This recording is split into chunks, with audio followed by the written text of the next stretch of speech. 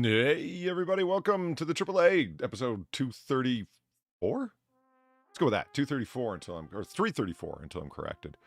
That sounds close. Yeah, I should usually have that up on screen in front of me. And joining me, sitting at the comfortable couch inside the sitting room in Noir City, is none other than Sinatra. Sinatra, thanks. Hello, sir. How are you? I'm trying to keep up with all the news, as confusing as it is. And yourself? Yeah. Just about the same, honestly. I walk away for 15 minutes and I come back and 18 other things have happened. Yeah. Yeah, the news entertainment industry has revealed themselves to be the sharks that are circling over the slightest bit of chum in the water. You know what I mean? It's As they are wont to do. yeah. And what's more than that, I for some reason saved all of the tabs that I had open for today's show, and that seems fine, no problem. And then when I shut down my computer and restarted it earlier today, none of those articles are in order. They've all been rearranged alphabetically. Oh, nice. When was the last time you ever wanted a set of tabs for something organized alphabetically, man? I cannot think of a time. You know what it's like to take a whole bunch of tabs and try and reorder them into something that makes a presentation sense, if you know what I mean? Some semblance of sense. Yeah. Why do you organize them by, even resorting them by the order in which they were opened didn't help. Fuck me. Jeez. Yeah. Chromium browsers, I understand they're widely liked, but they have their shortfalls too. Yeah, that's kind of ridiculous. So I don't know. I resorted them as best I can, but let's just call today a grab bag. So unlike every other Wednesday, today might be a little disorganized. Just saying. That's so out of the ordinary for you. It'll be fine. It'll be fine. We'll weather it together. Get everything together and chat. Welcome. Come on in. Oh, there's Nurse Khaleesi and Pinky and Keever Dam and John and Kate and Bookworm Addict, who was the first one here, by the way. Then T Maxi shortly thereafter. John and Kate, Apex Algorithm Guy, always up in the comment section. Don't think isn't noticed or appreciated because it is both. Yes, indeed. What else is going on? So before we went live, Sinatra and I were talking about the resortings that seem to be going on in YouTube right now. I will type in a search for, I don't know, like given song, given album, right? And the first 2 or 3 returns that I get are related to the search terms that I hit in, and then everything else was random. The 4th video was a cooking show from Slovenia.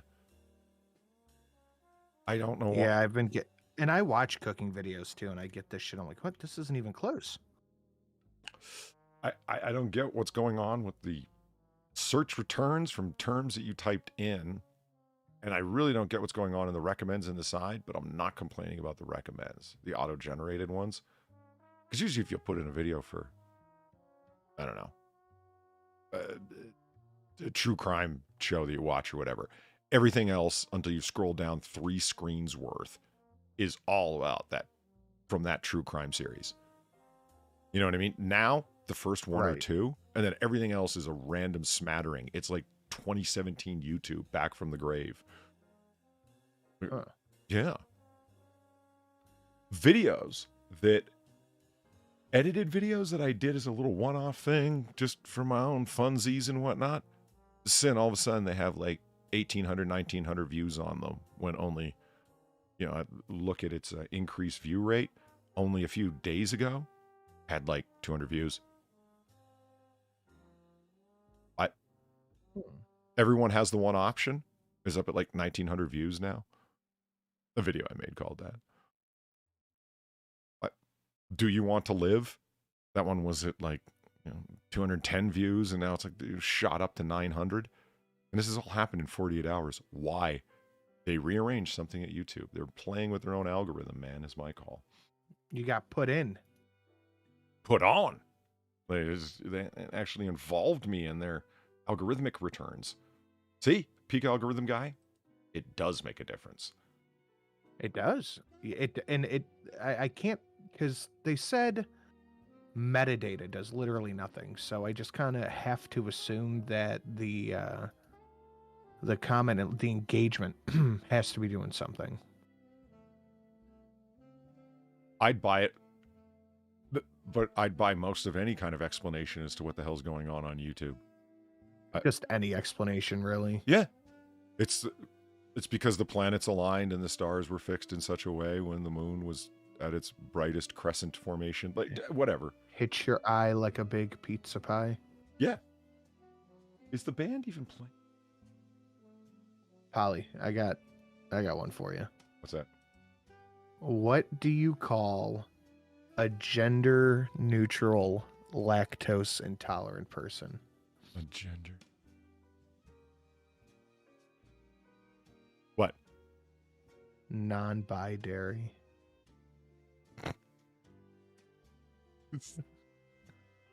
Holy shit, man. That's like, it's not quite comatose lazy. That's like quadriplegic lazy.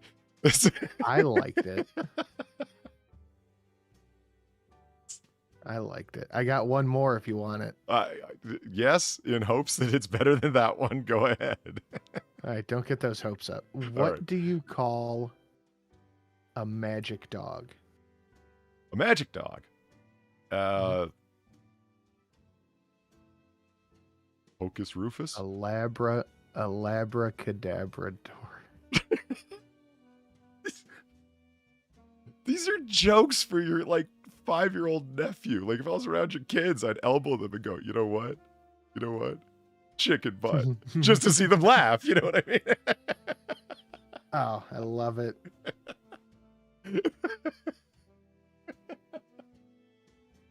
Labracadabrador. I don't know. Hocus Rufus was kind of funny. And I made that shit up. I just...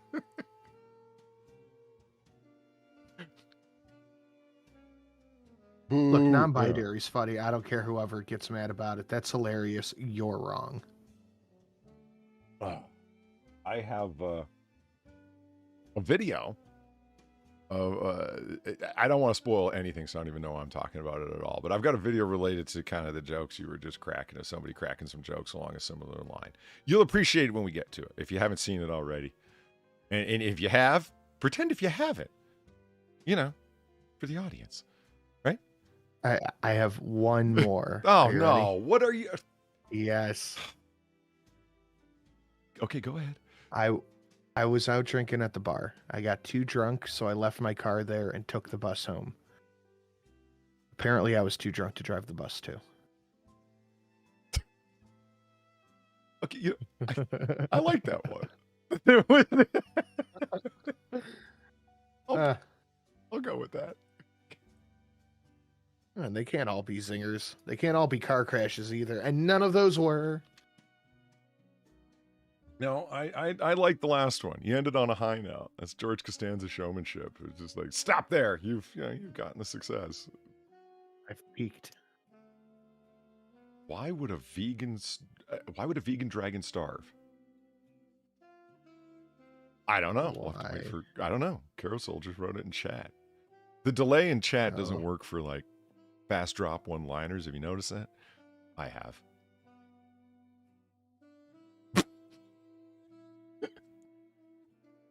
You ever think of completely revamping your show where you like broadcast on a fucking delay just so you can have real-time interaction with the chat? You ever do that? Yeah, we do have real-time interaction with the chat. No, we don't. We got to don't be. You're making me be pedantic, and I don't like it. I mean, like without a delay at all. Oh no, because then you don't get replay option. At the time, yeah. You want the people that show up 20 minutes late to be able to go back to the beginning? Yeah, I like them to have that option. So do I. Okay, you thought mine was bad. What do you call a trans person who's against Joe Biden's presidency? Non-binary. Mine wasn't that bad. No, actually, it wasn't. Like I said, first two were pretty bad, but that third one was a winner. Yeah. Okay. So my jokes ended on a high note. See, now you're causing me to... Steve Dave's don't. Steve Dave's what? Don't. He was the non-Biden dairy. Was he? Was that what your donation was? Big drums. Hell yeah. With a big start. That's a good start. Yeah. We're starting out with a story on ammunition, so it's a good thing. Donkey Punch Bandit with the $10 Zen Blaster. Thank you very much. Good news, everyone. I've received my terminal date. June 8th will be the last day I spend in the Army. I had no idea till right now they called that your terminal date. That's ominous.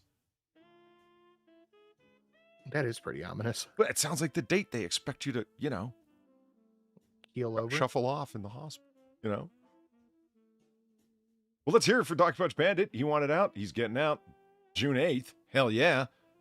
Now it's just counting down the days until freedom and no more MREs and what? Your own clothes? Every day, anyway? What do you... You tell him, Steve Dave, thank you for the $1. I went to the doctor's office. I had told him I couldn't feel my legs. He said, I know. I amputated your arms.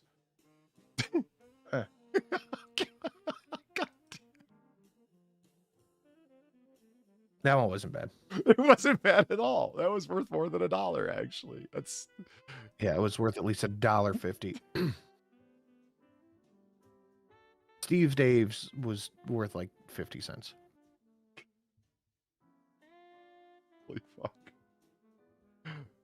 Evening to you, Brad Young. See, now I'm having flashbacks, like the worst pun jokes that I've heard, and it's unintentional. They're just popping to mind, and you're responsible for this, both Chat and Sinatra. Thank you. Good. One guy walks into a bar. Second guy does too. You think he would have seen it? You would think. Yeah.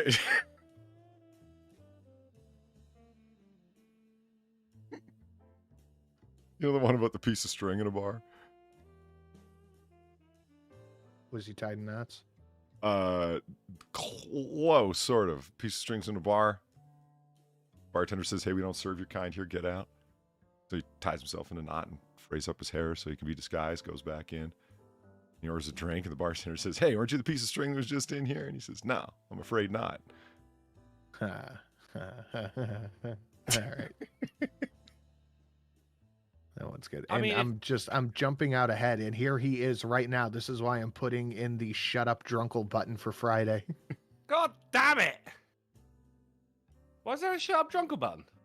What'd I do? Because we covered the Steven Crowder, Dave Landau drama, and apparently Crowder had a shut up Dave button put in. So I said I'm going to have a shut up drunkle button put in the studio. But why me? Why not Polly? He deserves some love sometimes too, It's funnier. Yeah, but is it? The shut up Dave button was for, hey, I want to go off on a rant. Please don't cut in with your hilarious comments, Dave. Do you know what I mean? That was I need to go off on a Crowder rant here, so don't interrupt. I mean, no, it's so Crowder could get the joke. I guarantee that's what it was. Cause nice.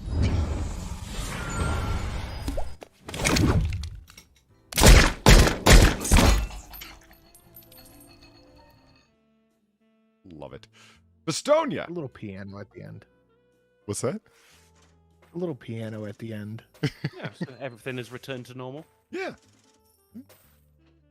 Hitting it on a little bit of a reverb, as I did in Vegas, it really sells it. It kind of fades out. It's nice. Festonia for the 1325, greatly appreciated. 1 shot, followed by 3 shots. Hey, Polly, what do you call a black guy who flies airplanes? A pilot, you fucking racist. Right, okay. God's sake. Yeah. John Cusack, that is right, Bookwormatic. And, considering the amount of times that John Cusack has played a professional killer, killer for hire, armed robber, professional armed robber, and done so very, very well, he still doesn't have that reputation, which is weird. He did, back in the 80s, as I understand it, a bunch of, St. Elmo's Fire, Less Than Zero, 16 Candles, Molly Ringwald-like films. You know what I mean? Cusack was, I guess, was in some of those when he was real young. And that's what people still, the man who burst onto the scene is whenever I see his name come up in an article in early teen dramas or really? Guy's acted in a few movies since then, He was, you talking Cusack? Yeah. 1408 was probably my favorite role of his. He did such a fucking good job in that one. Now, that was a good movie. It tried really hard not to be, but it did end up delivering. Yeah. In terms of peak dramatic performance, like where Cusack brings his fucking acting chops, 1408, I would agree, would probably be the... Oh, dude, don't say chops to me. I've got so many. Lamb chops?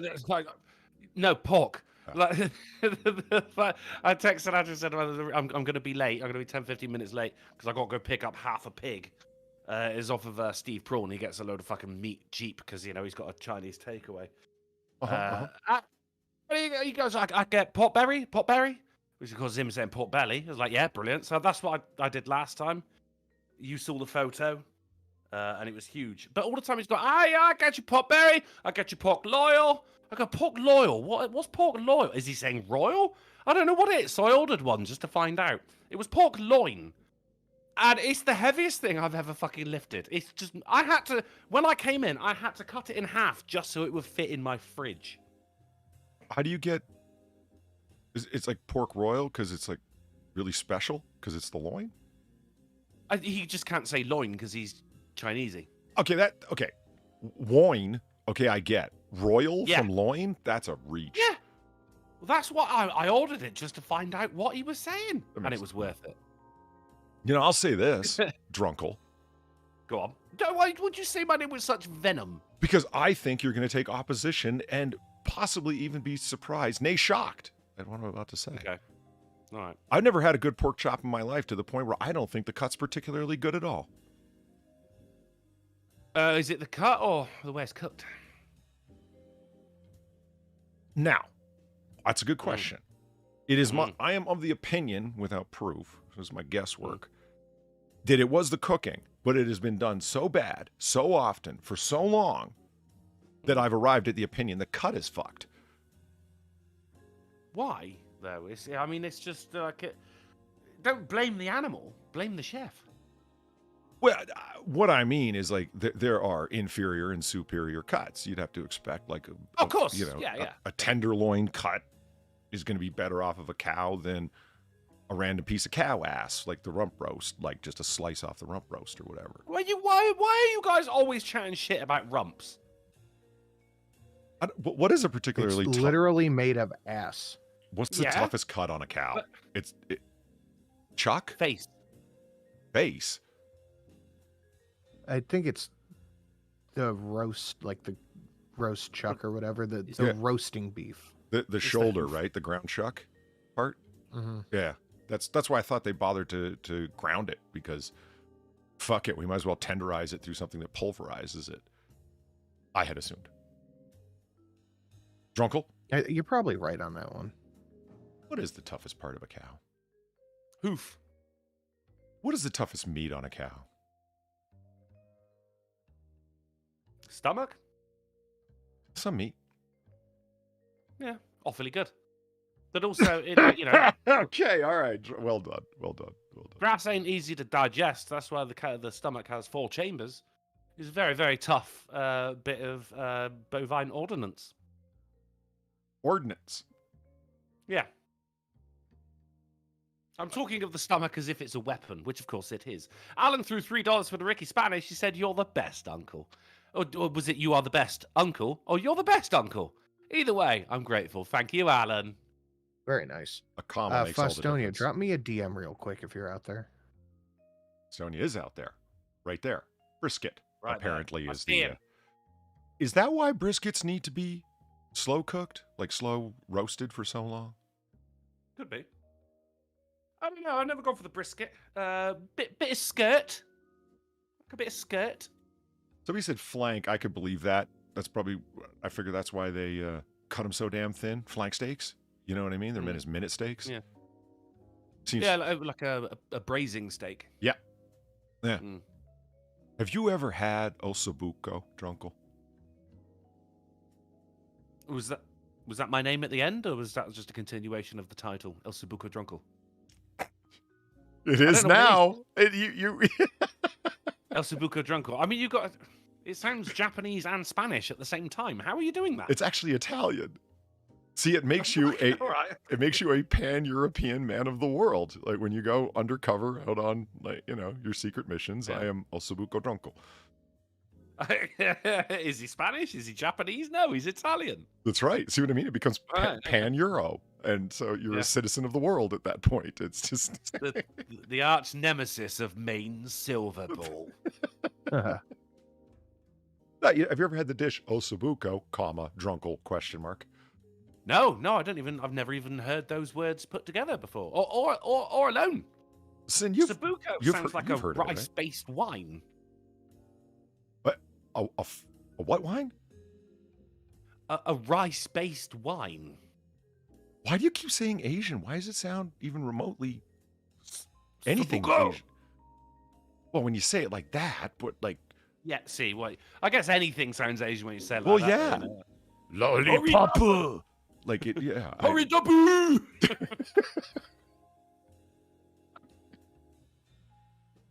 No, Sin, you've heard of Osabuco, right? The dish? No. I can't blame you. You're keeping me on tender hooks. I can't blame you. It's northern. I know it's tender hooks, but because we're talking about meat, I said tender hooks. It was clever. I'm clever. It's a specialty of the Lombard cuisine. It's cross-cut veal shanks braised with vegetables, white wine, and broth, often garnished with word and traditionally served with other risotto. With word? Yeah, I can't.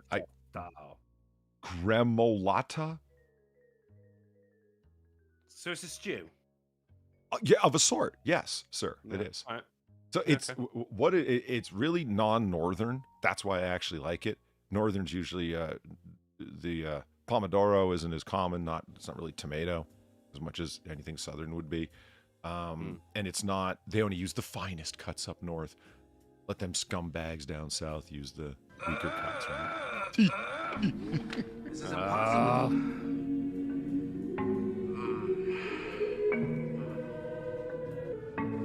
Don't do that. You do that. Do you think he knows? And that's why he's just like, don't do that, Pennywise. Or he does know, and it's just the shoulder rub that's uncomfortable. Do you know what I really enjoy about that donation? Fuck all. It scares me more than anything. even just Jordan at the beginning. See, Drunkle, we added a little bit of... Well, let me just read this out first. Gamer Valine, thank you very much for the 825, because anytime you can prick Drunkle, high five, Valine. Okay, so... I've made you two so much money over the fucking year, so... Try pork scampolini. It's an acidic sauté that should tenderize. Use a thin pork chop, and it comes out quite tender for the leanest pork cut. You can also do it with very lean beef. I'm taking this pork scampolini. Tab to look it up later. You have my interest. I'm always curious about something. Let me go ahead and share my screen. You gentlemen can see what the hell I'm looking at while I'm talking about stuff and things. Yeah. You know how it is. Well, I've got to... I'm going to be spending the evening just chopping all of this shit up. It cost me £60 overall, so about $75. And it is most of a pig. I will send a photo. Send it to Sinatra. I'm sure Sinatra will send it to you later, Polly.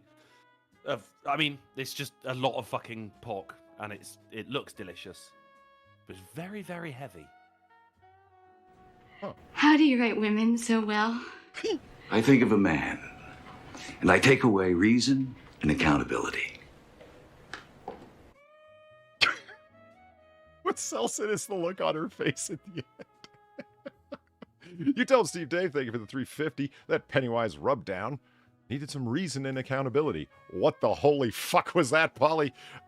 So Drunkle and I had a brief conversation about this on Monday, where that donation came up, and he expressed his displeasure, dismay, and just general what the fuckness about the whole thing. It was a bit of bile, yeah. Yeah. And I told him, what were you expecting from me? I'm not a well man. I can go further than that. That was just tapping the surface. And he goes, oh, I don't doubt it. Uncle, I didn't forget about that conversation. I went away to put together some new donations, so. Right. So I'm kind of like, you blaming me for what's yet to come. Yes. Okay. Because I sensed this idea that you thought that was as strange as my derangement got. No. I would never. So I thought out some new gems. Put together. Okay. Somebody on Monday said, great, now my nightmares have nightmares. To which I plan to give some nightmares. So we'll do it.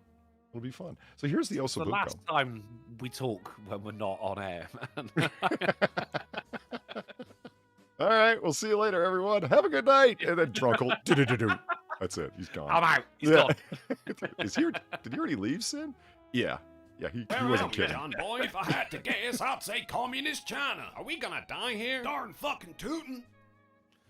It's Mr. Pikmin for 5 with no message. But then when your name is Mr. Pikmin, I think it's said it all, hasn't it? Thank you very much, my friend. Really appreciate it. It does. Saying Mr. Pikmin is like the trumpets sort of announce it on their own, don't they? Yeah. I think so. So here's the Osabuco, Drunkle. It does look delicious. I mean, your description didn't really do it justice. Well, that was Wikipedia's description, but fair enough. Oh, well, okay, yeah, all right. So you're even right. Read out in your dulcet tones. You know? It is rather stew-like, as you see here. Yeah. Like, yeah, you're not wrong. But the idea is it's all about the slow cooking to make this particular flank tender when it shouldn't be. It takes hours to make this motherfucker work. So first of all, fuck you, New York Times, for suggesting there was anything sinister or homophobic about what we said. So you can pound sand. Don't tell Megyn Kelly to shut up. It's perfect. You tell him, Steve Dave. Thank you for the 325 pound sand on that explanation. It's rare that I can agree with Drunkle on anything. 100%, but I agree with Drunkle 100%. Pound sand, Pennywise. It hurt me as much as it hurt you, dude. I mean, but it's any recipe that is worth cooking should take a while. Yeah. And mine was Pikmin for 5, no comment, thank you. I tried talking, but I must have muted my microphone. Yeah, that's why there's that moment of silence. I thought you were going to chime right in there with a read. And you did. You were just muted. Okay, yeah. Yeah, I did, just it didn't matter. So the system still works. The technology failed us. No, that was user error. Can you, this is much like Valine's recipe that she mentioned. It starts with acidic white wine to tenderize. So it's, it's really something. Tenderize. I mean, look at that marrow in those bones, man. That's Imagine good. the flavor. You'd be sucking that out at the end of the meal, wouldn't you? Oh, yeah. See, there's that gremolata thing. You got your again. knife in there. Like, yeah, man, that looks good. What am I looking at? Yahoo! Chad, did you see that little weirdo? Yeah, sometimes people can play a gift before a donation. That's the gift that this particular person chose. What are those 4 English weird characters with the different shapes on their head in the children's show? Teletubbies, dude. The Teletubbies. Yeah, that looked like methed out Teletubbies. Yeah, and there was only 3 of them, so I guess the 4th one had been murdered and chopped up, and his head was boiled. Singapore style. It's a little soon for that joke, Drunkle. Oh, the guest person on YouTube says they were Pikmin. Mr. Pikmin, thank you for the $5. Greatly appreciate it, Mr. Pikmin. Thank you. I did. That is like the 4th time I've turned that donation down, and I think I've got it beneath make my heart jump level. What I find interesting about these Osabuco recipes is they keep saying veal, but I've always known it as a beef shank recipe, which is weird. I think, the flavor might be. Veal's very rich as opposed to beef, though, isn't it? Yes. Look at that. I must admit, I've never had veal, you see. Ah, okay. deer over here means expensive. Deer? Did you say? Yeah, yeah. As in, I can't buy that. That's too dear. God damn it! This is impossible.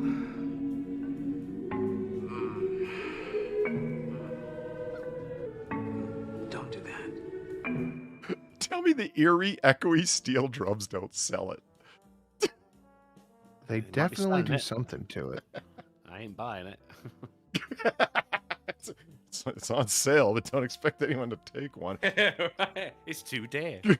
Gary Lane, thank you for the 825. You will take this, and you will like it, Steve Dave. Accept me as your overlord and tormentor. Damn. We got Pennywise on screen and screw tape in the donations. Okay. I'm Pikmin. So the messed up Teletubbies, as you referred to them. The beautiful thing, one last statement about Ossobuco to convince you, Drunkle. It's fork tender. If you can't pull it apart with just a fork, it hasn't been made right. So imagine the flavor coming out of that thing. Tender as all hell. Totally fair. Yeah, I mean, you can just look at it and go, well, that is gonna fall off the bone. Yeah. If I go, mmm. I mean, Sin, you've made ribs before. Look how pulled off the bone that meat is. That just pretty good. That just screams tender. You can't say pulled off the bone and not expect me to giggle, man. Come on. Come on. What? You can. It's just called overestimating.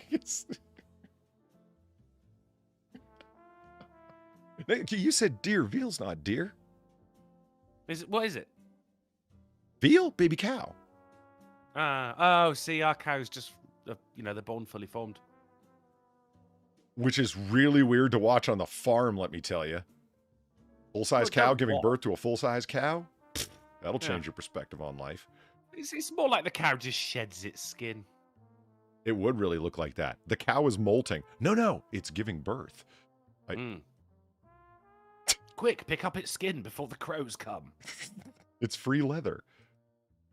Now, cruelty-free. Okay, so I was talking to a dear friend last night, and she suggested that. Oh yeah, hey. I'm going to pretend I meant to do that. I think just. Damn. You kind of gave the game away by saying I'm going to pretend I meant to do that, but you're not convincing anyone now. With my reaction, oh yeah, hey, great. I mean, who the fuck says that if there's something they meant to do? No one. That's who. So, in any case. So first of all, fuck you, New York Times, for suggesting there was anything sinister or homophobic about what we said. So you can pound sand. There was nothing ever sinister or homophobic on the AAA. Ever. Funny how? How am I funny? I'm funny how? I mean, funny like I'm a clown, I amuse you? What the fuck are you looking at? What the fuck? You tell Steve Dave, thank you for the 325. One more to tell Valine to pound sand. About a gnome man or woman or hobbit. Would you say the gnome in this situation? I would say no to you, Valine. Thank you for all the punctuation and capitalization, lest I would have no idea how to read that, Steve Dave. The traffic lights of language, Polly. Right? I could have used some italicization. He really cares. I think you guys should keep arguing via Streamlabs. We're really enjoying it. Keep doing it. Zed the Snarky, thank you for the 1350 and the good fellow Otter. Because I always pictured they sounded like Joe Pesci. Yeah.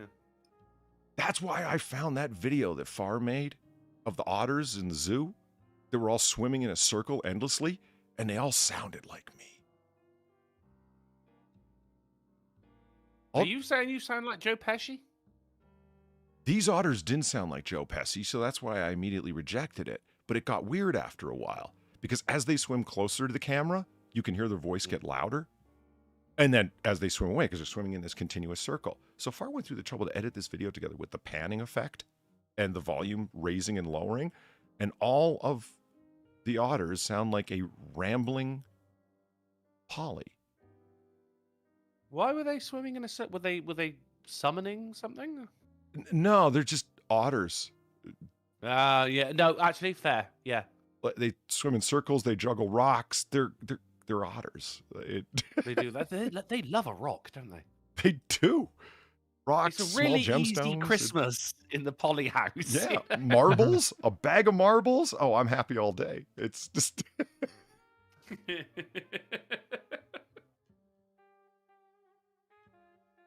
Welcome to AAA's annual meet and greet. Oh yes, so she had mentioned that her family buys a whole cow, chopped up for meat. Yeah. No legs, no head. You get what I'm saying, right? No guts. Every year. you can get those. Like, I think you just buy them directly from certain butcher shops. But yeah, you could just get like a half cow or a full cow. It has. Well, yeah, you're buying it wholesale because I've got farmers in my family. My mum once bought just a whole lamb off of one of my uncles. That was a good year. That's what we expected to find in the back of the cocaine dealer's car, right? A whole lamb. Yeah, it's true. You know how many people I told about that? Well, not that many. It Like was a whole lamb. Yeah, like 3 That people. shit But was still, fresh. yeah, I couldn't. And which is what one person said. Maybe he was trying to keep it fresh as possible, the way that people at restaurants keep lobsters in the tank up front. How could it get more fresh than that? And I'm like, so you think that this guy who had 20,000 pounds of blow and a bag of chips was such an Epicurean cook that he wanted to keep his meat that fresh? But no, it was chips as in fries as well. This was a very happy lamb, happy as a lamb. Yeah. And you know the beauty of the AAA meeting as well. I didn't see that story in the newspapers until Tuesday, so we actually got to it first, guys. Yeah, I went and told people, I said, well, what was he doing with a lamb? Is what they all asked me. And I'm like, I have no idea. I ain't saying nothing. Yeah. And because I was standing in front of him when I was Tell him to saying go suck it, a lemon. I was able to do, it was this We're big. gonna make you bleed, Paulie. It was a full-size lamb. Yeah. And I was able to indicate the size of it, right? Like, it was like this big. It's like that small, that small. Isn't a full-size lamb just a sheep? A full-size, Well, damn it, Sin. no, I mean because I- a sheep is a mature lamb. Yeah. So full-sized. It's been a minute. That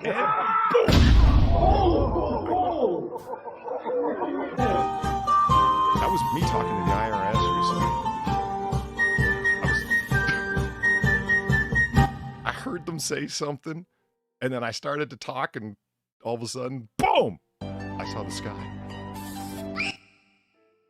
And you know what I'm talking about, right?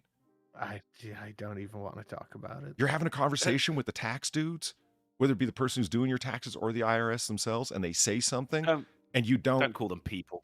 Well, Don't call them people. You just sort of black out for a second, and the next thing you know, you're looking straight up because you've fallen out in your chair. Like that happened to me the other day. And Wow, it's not even ceremonious. You're just on the floor. Yeah. That's strange because normally you'd be looking at the floor because it's customary to bend someone over before you fuck them. You know, it can't be the first time the IRS has ever heard things like that. Where it's like, okay, so here's the result of the situation, and they tell you, and it all of a sudden obviously is going to end with you owe us way more money than you think you should be paying us. It's like, I usually like to get kissed before I'm fucked. They had to have heard lines like that. Don't whisper in my ear, just screw me. Yeah. No rose? What do you mean? Usually people, when they're gonna just fuck me, bring candies or a rose first. It just really... Why did you bring your parents to this meeting? Oh, because normally you meet the parents before you fuck them. Like, I don't know why I'm hesitant to say shit like that. They had to have heard it before, and they've already told you they're going to fuck you. What's the harm? They're going to, well, I think I need to go re-audit you, sir. Like, what are they going to do, really? Why did your tax return come with a multi-pack of condoms? Well... Because they're conscientious rapists. That's why. I like to be safe when I'm getting fucked. Gamer Valine, thank you for the $16. You will bow, Steve Dave. Whether you do so willingly or I beat you into submission does not matter when you cower. But there's cowardice, and then there's simply being unconscious. Much like with the IRS, they didn't make me submit. They simply said something that I awoke from unconsciousness from. It's Yeah. Right. Why does my asshole hurt? Yeah. I didn't knuckle Why are my hands under, wet? capitulate, bow down, nothing. I was just told something, and then I awoke later. I just... Like they gave you the fucking 11 words that they give to the Winter Soldier in order to control him. Freight car. Lollipop. And speaking of the Winter Soldier, we do have the greatest fight scene in the history of film. Well, non-gun related fight scene in the last, I would say, 20 years? 10, just to be safe. The elevator fight scene, it's down there in the donations. Come on. Steve Rogers takes out an entire elevator full of highly trained SHIELD operatives, and he does it without his shield. You know why? Because he's Steve Rogers, God damn it. That's... Lamented Guide, thank you for the $3. I'm away for training. Hello from Mahwah, New Jersey. Oh, slumming it, huh? Mahwah. All this butcher talk makes me wonder, have any of you guys ever had the displeasure of trying Scrapple? Oh yeah, what's on the menu? Scrapple. I mean, have no if we're idea still what's talking being about talked about here. Still talking about meat, I would actually like to sin. I'm sorry. A full-size lamb is a sheep. You are correct. I had time to think about it, and no, you were right. Oh, it's homemade spam. Okay. You are lucky that's what came. Like, if you're screen sharing and you just Googled the word Scrapple on Google Images with the screen live, that was very brave. I didn't, but why? Okay, right. It could be ghetto for, big black cock. Oh, I see what you're saying. Yeah, no. Homemade spam? All right, fair enough. Yeah. Go for it. No. Really? I want to try actual spam first, see how I like that. Then we'll see. You've from never there. had spam? Yeah, you know what? No. Sin, I can tell you something. You see what they've done here? Breakfast food style. You got some alcohol, liquor, booze. Hold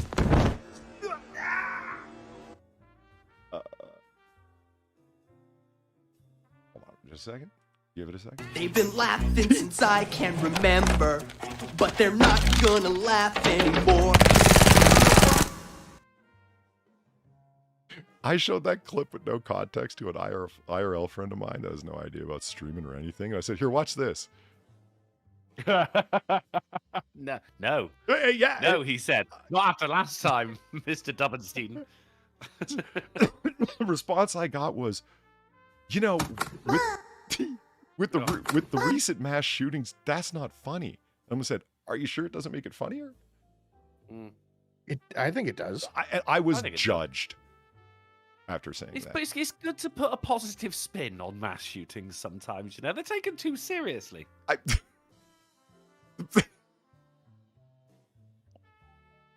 mean, if black humor, gallows humor, like, if you didn't know what it was, you know now. Just be more English about it.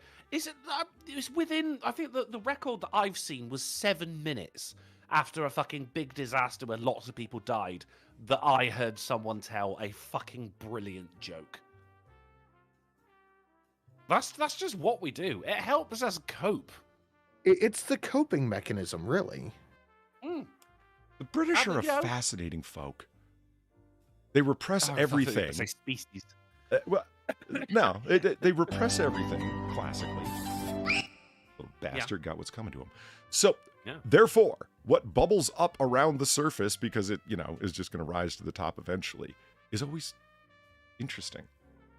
Very, very dark humor. It's either hard sarcasm that knows no end. You know what I mean? It's like, let's repress all this and keep a stiff upper lip. So therefore we'll say dark and ironic things with a straight face, and thus dry British humor was born. Find it in. Never went away.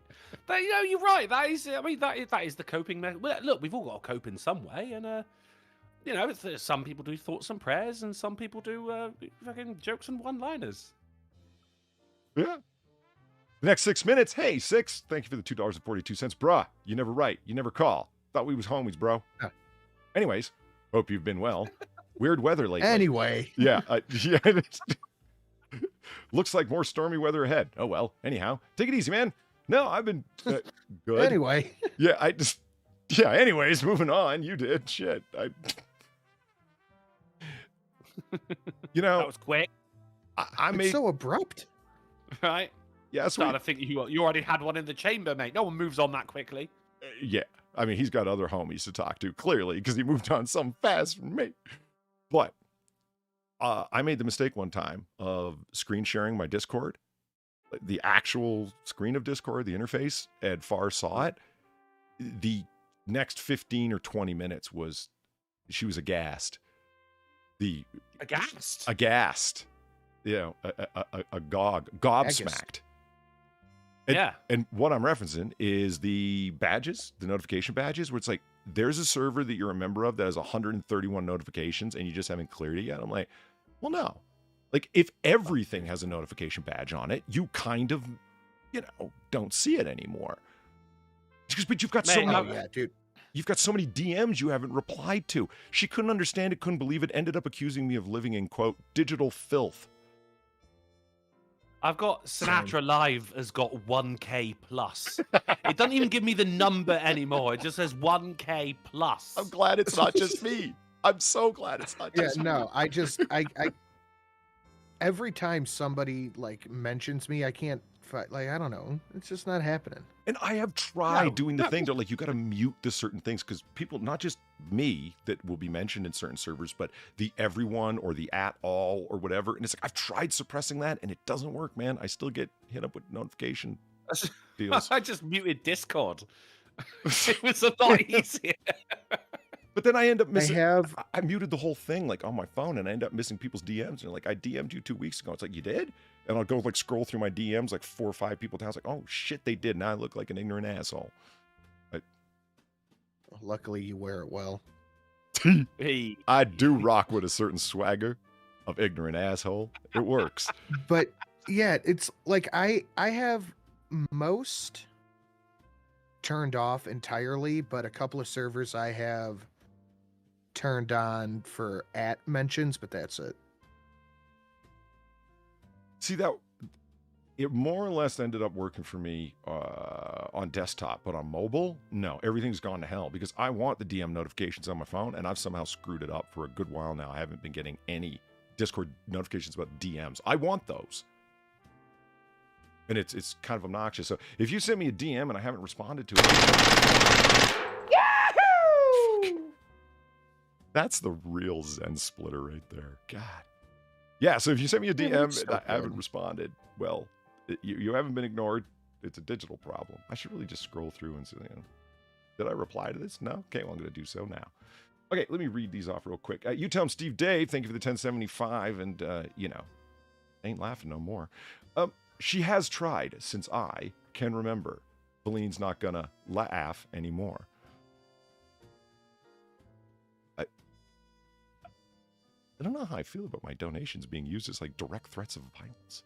I mean, indirect figurative fun with things that are inconsequentially fictionally violent. YouTube.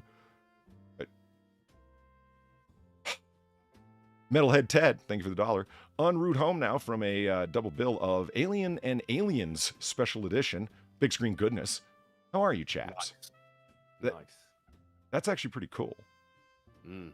I'd love to watch a Blu-ray truly big alcohol, screen Alien. liquor, booze.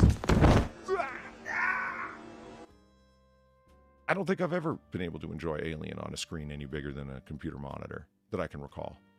Great film. Better than Aliens. I know it's a controversial opinion, but it's mine. Man, there was because my older sister absolutely loved those movies, so she got the VHSs for her birthday.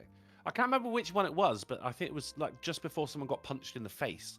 Someone said something, and it was said so quickly, no one knew what they said, And I had Right. to wait for fucking decades until, you know, like it would be streamed. Or the DVD, for instance, where you could put subtitles on Right, to right. find out what this motherfucker said. And Oh, it was just something like "you son of a bitch" or something like that. It was Oh. really disappointing. But my sister loved these films so much, she actually had the the movies on audio tape. Audio cassette, rather. She just sit in a room and listen to the Aliens films. That's fandom right there. Right, yeah, and I'll tell you what, I mean, even now, like, you know, I'm 36 now, and she's my eldest sister. I mean, every year I just type into Amazon Aliens and just buy whatever comes up for her. Whatever for her birthday. special edition, limited Easy, tin yeah. box cover of it. Yeah. Yeah, no, I just got like a nodding alien queen to put on the parcel shelf of the car. She Oh, loved that one. God, that really a bobblehead alien man. queen? That's hilarious. Yeah, it was awesome. I got fucking a plushy face hugger. It's It looked terrifying. incongruent. It's, It's not the kind of thing you want to hug as you fall asleep, you know? It hugs you. yeah. When you wake up and it's moved. Let's put. I would do that for somebody who had a face hugger plushie. I'd move it for them. Like I'd sneak into the room and like lay it on their face and then like tiptoe out of the room. You know. No, sorry, my mistake. No, it was a chest burster. It wasn't a face hugger. Okay. It was still fuck ugly though. I remember the one meme that I saw of a xenomorph and there was a human baby popping out of its chest that looked hilarious. That's funny. Reverse alien. We're finally fighting back. Yeah. The only way that they know how. Here's the thing on the Scrapple, rather here. Lamented Guide, thank you for the $3. Okay, so Scrapple is basically the pork version of meatloaf, but it's made from awful. Not even close to what Spam is. Smells great, and the taste and texture is shit. Very popular with the Amish. Okay, I take that back. I didn't realize it was awful loaf. Well, this offal gets a bad fucking rap, but like, I mean, lamb heart is fucking excellent, full of iron, very, very tasty. Every heart that I've ever had, from lamb to especially venison to turkey hearts and whatnot, love it. Love it. There's no other meat that has a texture like that. I think it's great. It's delicious. I mean, this is the kind of thing when I cook it, it takes like 3 hours as well because, you know, I cook it it's in the oven, but it's in a broth. I stuff it as well, onions and mushrooms. But you got to cook it on low, and you got to go and turn it over like every 20 minutes because they dry out really quickly if you don't tend to them. But offal is good. Like, use the whole part of the. I don't know why people turn their nose up at these things. Yeah. Lamb's liver, for instance. Again, lots of iron. There's fucking the pork loin. You know, the pig that I bought has a fucking kidney attached. Oh. Is that the only organ? This is a kidney. Is that the only organ? Well, I mean, it's not meant to be there. Yeah. Right. Okay. Well, I mean, it's half a kidney. It's just been shared in half. Well, obviously, it's done by, you know, they don't butcher it. They just put it through a series of saws, yeah. So a bonus kidney! I'd be okay with that. Bonus awful. I'm fine with it, yeah.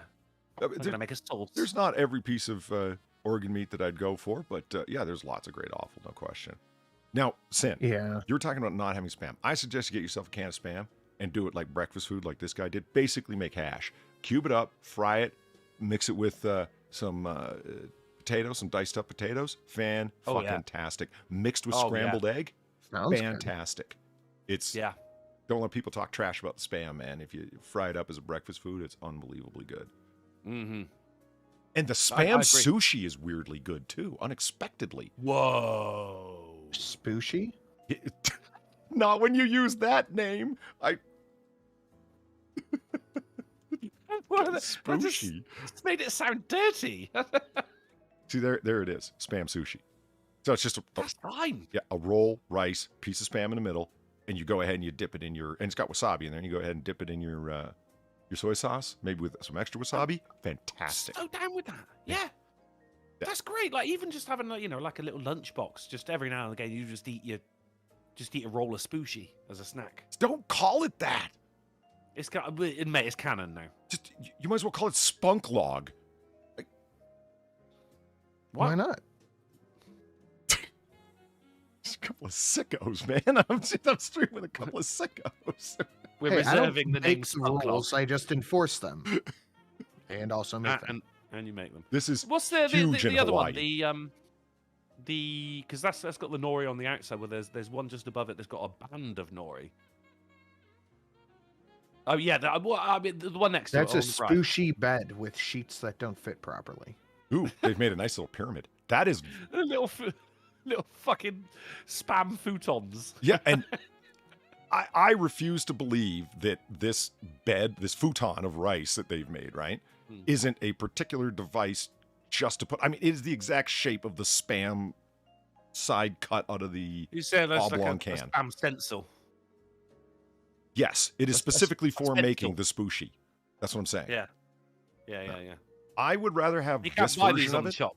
Like this is going to be less messy, and you get more of that delicious nori flavor, in my opinion. This is messier, looks cooler, but not as convenient for your lunchbox, like you were saying. Well, it's just, I mean, it's the spam to rice ratio which is putting me off on the original one. What about the one that is on the very far right? See, now that's maybe it's just the pyramids that I like here. It's the presentation of the foods. Because I would say there's double the amount of rice. Same amount of rice, just over and under. And I think I would rather bite into rice and have the spam in the middle than bite into. I think this might split your nori. Maybe it's just the fact that the first one that he brought up. You showed it again. Very first one? No. The one that you prefer. There we go. Yeah, it just looks like a bearded old man is sticking out his tongue. Yeah. And they got big ones. That's an interesting variant. That's a full meal, that is. It looks like they've dipped it in tar, like black shiny, you know? The Venta black. It's the kind of thing you make your kid eat as a punishment. It's a spam on the bottom, rice in the middle, and then the sweetened egg. It's a classic already form of sushi on top. I don't know. I've never seen wasabi come in lump form. You know what I see it most commonly at restaurants? They put it in they squeeze it out through a pastry bag. So it's got like the swirl, like it looks like it's meant for like a cake top, like a marzipan flour. You know what I'm talking about? You go to some very posh places. No, they're not. It's just how they roll there to make them look like they're fancy. They ain't posh. How they roll. Yeah. Guys, yeah. Roll. Donkey Punch Bandit, thank you. Donkey Punch Bandit, thank you for the $5. I like making people shit themselves with my notifications number. 3K plus. Nice. I like making people shit themselves with my notification number. 3K plus. He's referring to the Discord servers. Oh. Yeah. I see. It's when you evolve from numbers and it just says lots. See, once I got the notification badges to stop in the taskbar, I stopped there. So by default, your taskbar icons flash and give you a badge. Fuck. That's really distracting. I don't want that at all. No. Piss off. Stressful. And I'm really happy to Donkey Punch Bandit that he's got 3,000 plus now. That's some digital filth for far. There you go. That's real filth. I've got like 16, 50 in some cases. Man's rolling with 3,000. It's not even anxiety inducing anymore. That is just like, well, I guess I'm never getting to that. Yeah. If anything, it's less stressful. It's euphoric. You know, you feel free. Yeah. Hey, dude, 77. Hey, dude, how's it going? It's been a minute. Thank you for the $2. Hey, dude. Hey, dude. Hey, dude, fucktard. They've all got names. Just saying it just rolls off the tongue because you could be like, hey, dude. And, hey, so fucktard in chat says that, it's fucktard 5, which don't forget the 5 because that makes it. It's the garnish upon the tard. Thank you for the $2. Best example of gallows humor to cope with disappointing circumstances I heard today. A kid with cerebral palsy. Oh no! A kid with cerebral palsy wanted to be a DJ.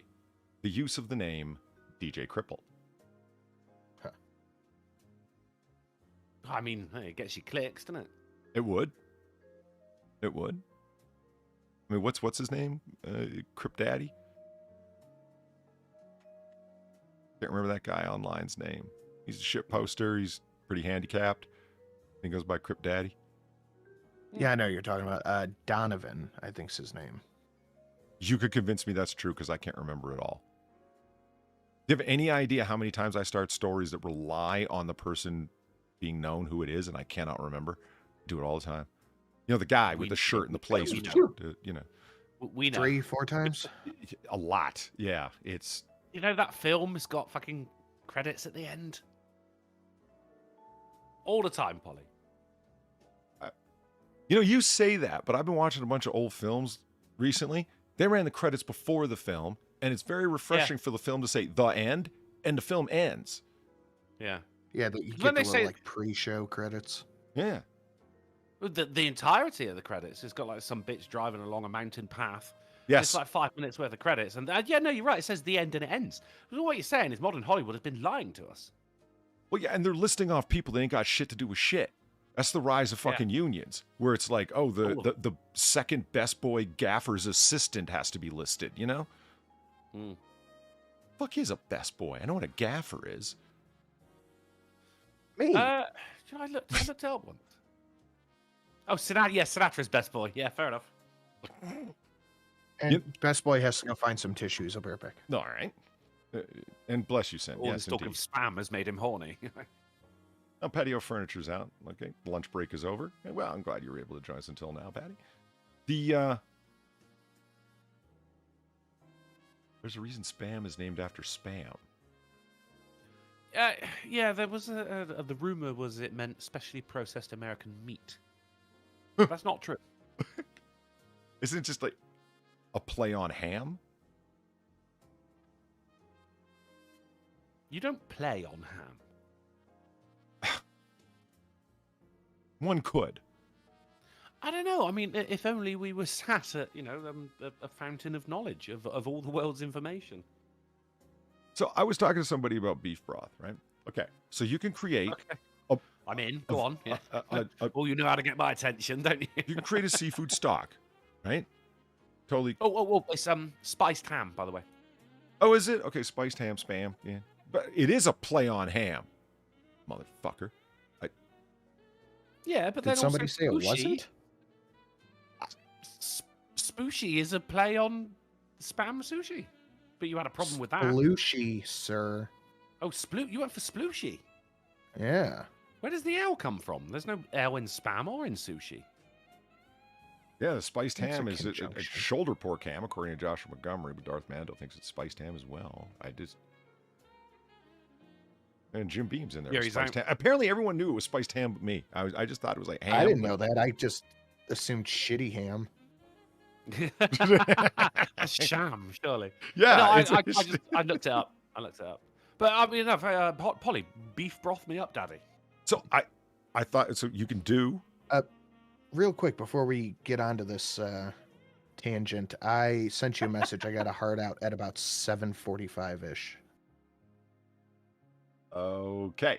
Thank you for letting me know. Okay. Yep, I see that. Hard out. Is it a tangent when we've been talking about spam for 20 minutes now? Is I it- just know how it goes. Is it Yeah, pungent? okay, it's, yeah. Well, the P in spam stands for pungent. I don't think you know what that word means. Smelly. Is it smelly that we've... Okay. Anyway. No, Did you mean is it cogent? Is it a tangent? He said it was a tangent. You're asking if it's a smelly line off from the center? So beef broth. Well, yeah, okay. So broths. You can make a vegetable, bouillabaisse, right? You can make a fish broth, absolutely. You can make a beef broth. Everyone knows that. It's the beginning of making a beef soup or stew. You can certainly make chicken broth, my God, because that's the basis of chicken noodle soup. American is, apple pie and hatred of taxes, yet ever increasing taxes. American as hell. There's no pork broth. You ever notice that? Think about it. There's a turkey broth. There's poultry broths, beef broths, fish broths. Even lamb. There is a lamb stew. Basically, you start with the lamb broth, but well, it's called a stock over here. But yeah, no, it's fairly difficult to get your hands on lamb stock. Not a lot of places get them. But where's the pork stock? Exactly.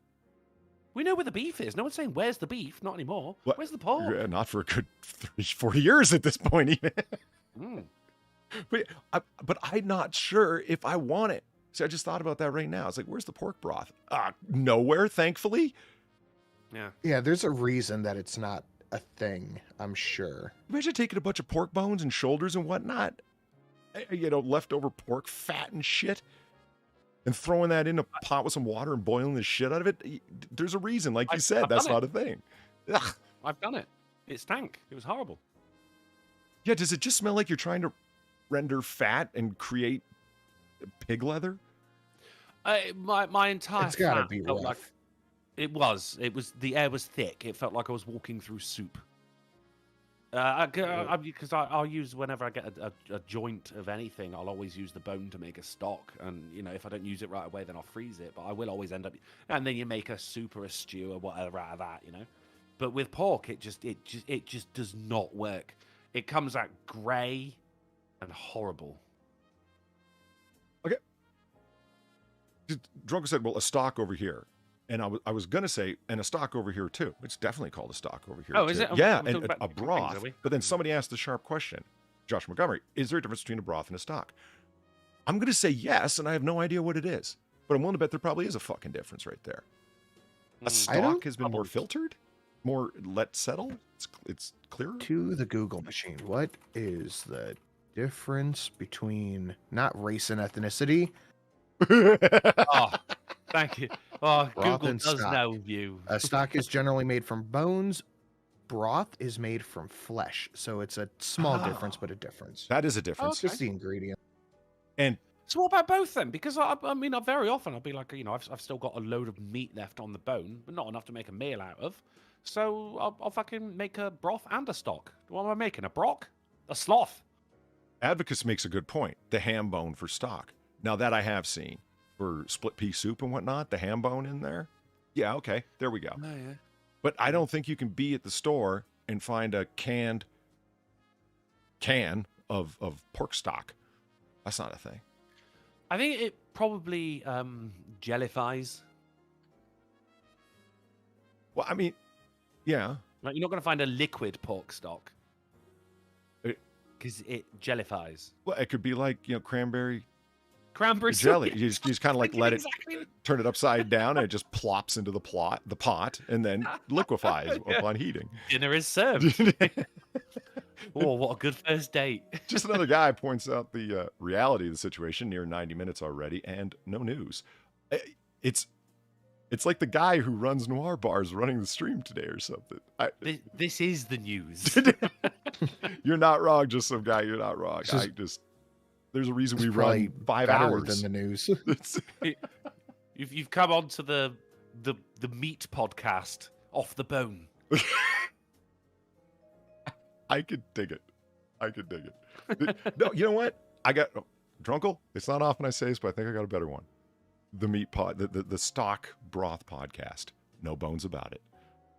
Oh, that's good. That's good. I got stock footage. That's not bad either. It would have to be a heavily visual show, but if it were, that's a win. Course, yeah. That's a win. Broth Brothers. Brothers. I would watch a channel that was nothing but dude making broth.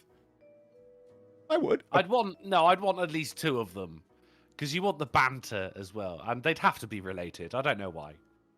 The 2 are I am in love with the ASMR cooking videos that you see on the Instagram Reels and TikTok. Yeah. Darren Root with meet and greet. Thank you. Brilliant. Nice.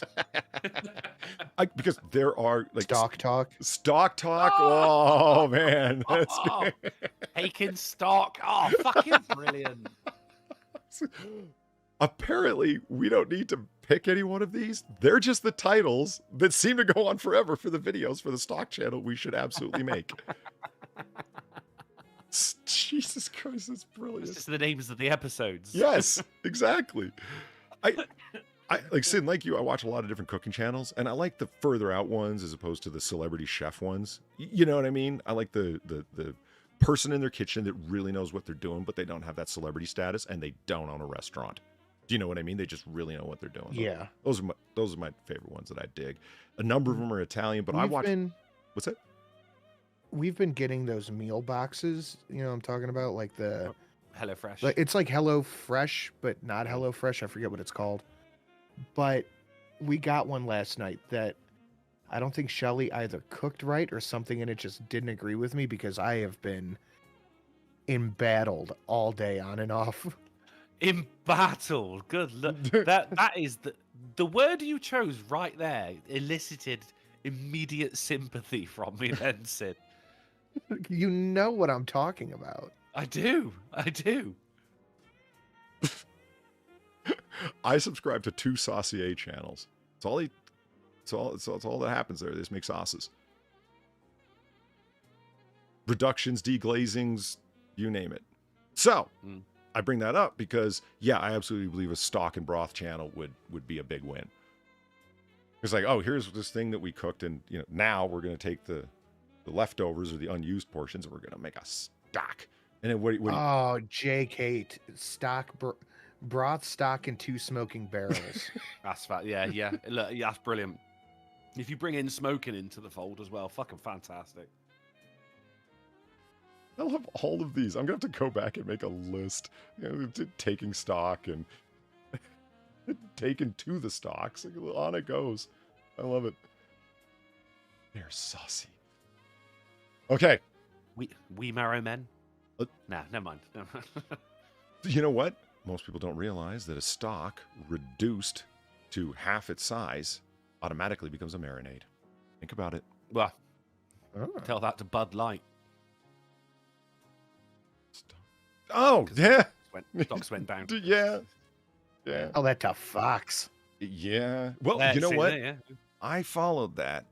Dylan Mulvaney still cost Anheuser-Busch more stock valuation than firing Tucker motherfucking Carlson did. Holy shit, Dylan Mulvaney, you are a walking disaster. I think Fox is down like $1 billion. Last I heard was 800 million of devaluation, but this is evolving so quick, I wouldn't have a doubt that 200 million extra were on there. Yeah. As of last night, it was like 980 million. Gamer Valine stock in awe. See, I love now that we've moved from talking about stock to stocks. It's Oh, seamless. yeah. It's the Seamless. Oh my. Okay. Now, let's just get into the news, shall we? Somebody asked what's on the menu. Right. Well, everything got randomly mixed up from my favorites folder after I restarted, and so I had to resort everything. So bear with me all, and we're going to do the news in a random fashion, and Sinatra's got a hard out, so let's do it. Give me the stacks or I'll shoot you, said suspect in connection with 6 casino robberies. Which is our intro to the podcast. I don't know what it is, but I thought for a moment you said, give me the stocks or I'll shoot you. Like, we've been talking about this for too long. Stock tactics. 6 casino robberies. Jesus, You're I right. get past 1. Right. Look, they even had it mapped out on the news. Unbelievable. There's a lot of casinos around that general area there. Yeah, and they're like outside of Vegas, right? Like they're in and around and kind of outside of it. Reservation? So here are the ways it goes, okay? More details have emerged after Las Vegas Metro's police have a suspect in connection with half a dozen robberies. According to Las Vegas police, 6 robberies happened between, and they were at the Gold Coast, the Green Valley Ranch, Silverton Rampart Palace Station, and the M Resort. Deshante Styles. Nice. I believe you. Your name is Deshante. I believe it. And he has no style despite his name. Yeah. First time I brought it up, I'm like, oh my God, Ludacris fell in hard times. Yeah. Like, You go to the barber. Luda. I love Ludacris. It's these decent jokes. It's fine. He goes to get his hair Ludacris is cut. one of the best. Yeah. He's like, so what haircut do you want today? And he went, you ever seen like a rug that a demented grandma has hand woven? And the barber's like, yeah, I got you, mate. I got you. I know exactly what you mean. Unfortunately, he did. You want to see shitty hotel drapes? Yeah. Do you know what 70s macrame is? Yeah. You know that rope that posh people used to pull on to summon their butlers? Yes, I know exactly the rope you're talking about. I watched not too long ago the film Gaslight, and yeah, they were constantly pulling the rope for the woman. There is no film called Gaslight. You're just crazy. Oh my Trunkle, you've created a new classic. That's up there with Gullible's Not in the Dictionary. Well done. Huh. Hey, what can I say? I'm a tastemaker. That came from you. Of It all did come people. from me, yeah. Just like when a cow gives birth. I'm going to so use that and claim I made it up. Now he's facing multiple charges, as you might imagine, including several counts of robbery with a deadly weapon, burglary with a deadly weapon, and grand larceny of motor vehicles. They swear that the robberies had numerous similarities between the various crimes that they weren't even sure were connected. They weren't sure they were connected. Now, in the first 3 events, the suspect handed a note reading something to the effect of, "Put the 10 stacks in the bag or I will shoot." 3 robberies in a row with the same note going across and you didn't think they were okay. Well, it's just like, when he did the first one, he went, holy shit, that worked. Yeah. It's like, okay, one more time. What would it have taken you to there has been an organic grassroots movement in the robbery community to demand stacks followed by a threat of gunfire. These aren't connected robberies, said the brilliant detectives of the Las Vegas Police Department. Now, in the 4th robbery, he had a note in his hand, but made the request verbally to give me the stacks or I will shoot. During the 5th, he again told the victim, give me the stacks or I will shoot you. So he lost the bit of paper somewhere along the way, right? Eventually, I think he just decided, fuck it, I don't need the paper. I can just say it. What am I doing with the paper? Well, he left it in one of the vehicles he stole. Oh, shit. Well, it's funny you mentioned the vehicles. Got to improvise. That was one of my favorite parts at the end of the story here. You ready for this?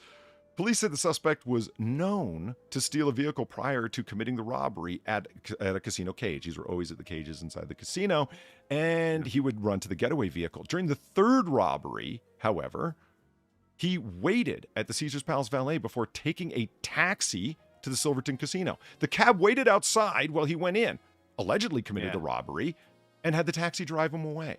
The taxi driver was unaware that a crime had been committed.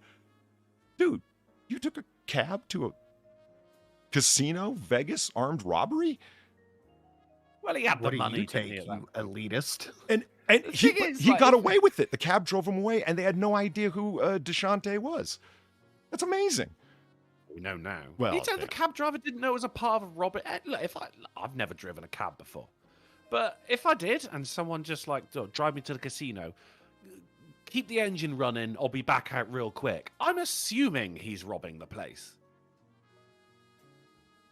No one goes to a casino for 5 minutes. And nobody pulls on a ski mask before stepping out of a fucking cab to walk into a casino not looking to commit an armed robbery. Nah, COVID, mate. Well, you're encouraged to wear a mask. I was actually cracking jokes. He really did wear a COVID blue surgical mask for all the robberies. He would have been stupid. I mean, he's stupid, but that is actually the smartest bit of this. Yeah. Now, Sin, you ready for the part that made me think of you? Okay, I'm going to go ahead and assuming that you are interested. Spam. A review of the suspect's criminal history shows 4 robbery convictions from 2009. His bond was set at $500,000, and he has a preliminary court hearing on May 9th. He has 4 previous convictions for robbery, has been charged with a string of 6 armed robberies of casinos, and his bond was set at 500,000. 10% of that, 50 grand. Gee, do you think the guy who robbed multiple casinos has 50 grand laying around to get his bond? I do think I do. I think he might. Yeah. Yeah. What exactly does it take to be understood as a recidivist criminal and be treated accordingly in Nevada? Well, he thought he was all that and a bag of chips. Casino chips. Oh. It was good. It was... Why didn't you say all that in a stack of chips? Because he asked for stacks. See, that would have been good. Yeah. I assume stacks was referring Holy to cold hard shit, cash. boo.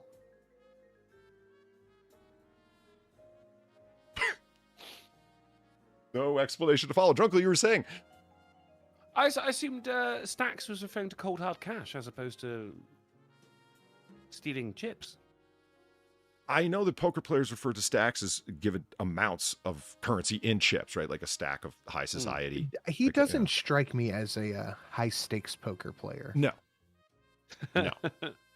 I and Valine, as she said in chat, like in Vegas, find someone that doesn't use the term stacks. Okay, yes, I agree, stacks of chips and so on, but it's like he's at the cash cage. He's at the cash out section where you hand your chips over and get money. So he's obviously not asking for chips. He's saying, like, hook me up with the stacks, yo. Like that was the vibe he said it. And I don't know. I think that you would be hard pressed to find someone talking like DeShante.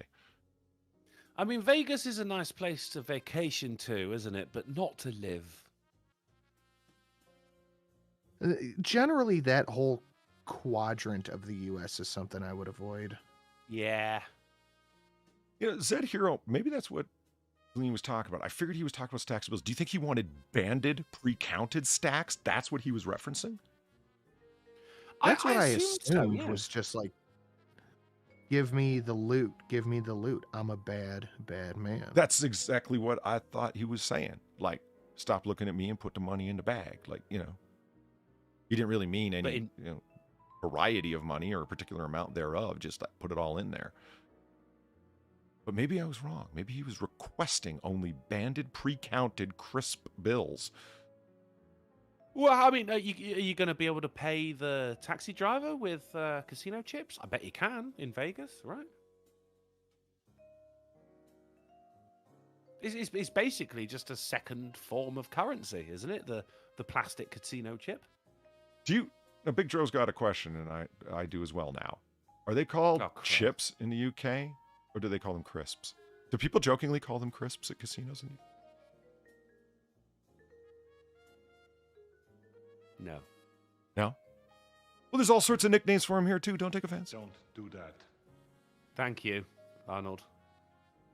He's got your back. Let's move on. Not a high-stakes poker player, but definitely a high-stakes Russian roulette player. Yeah, I could see that. Speaking of Russian roulette, let's take a look at this gun. Oh, fucking brilliant. Yeah. U.S. woman arrested in Sydney after airport staff find a golden gun in her luggage. Is that actually a gold gun? Like, would that work? It's gold-plated. It'd be very heavy. Yeah, it's just 18-karat gold-plated. I'm pissed off that the magazine is not of the same ilk. I would be pissed off, too. I mean, look, even the fucking the screws to hold in the grips. Yeah. They're gold-plated as well. Every little detail. I thought that shit was okay as long as it was checked, but am I missing something? In Australia. Oh. Yeah. I love the descriptions that it does give. A 28-year-old woman who arrived in Sydney on Sunday did not hold a permit or import or possess licenses to do any of those things in Australia, as if those things are obtainable. This woman fucked up every single way she could have, down the board. Yeah. Your gun is ugly, and you thought you could take it to Australia. Your gun's ugly and you're fat. We don't know that she's fat, but it's a fair assumption. I mean, why would you fuck up a nice 1911 like that? And it is a... Why would you voluntarily go to Australia? I guess Ouch. going there, you'd have to be armed, but... Did you notice that it's like... I thought, no. Yeah, it is. It's a Colt Gold Cup. My God. So you had it plated gold. That's just gauche, man. You deserve to have this taken away. Yeah. It's this woman, who was not identified in the statement, appears before a local court Monday. And on it goes. And it just comes down to, you must... And there was her gun in her luggage, unchecked. All right. What news article doesn't do this shit? When they are, because this is CNN, right?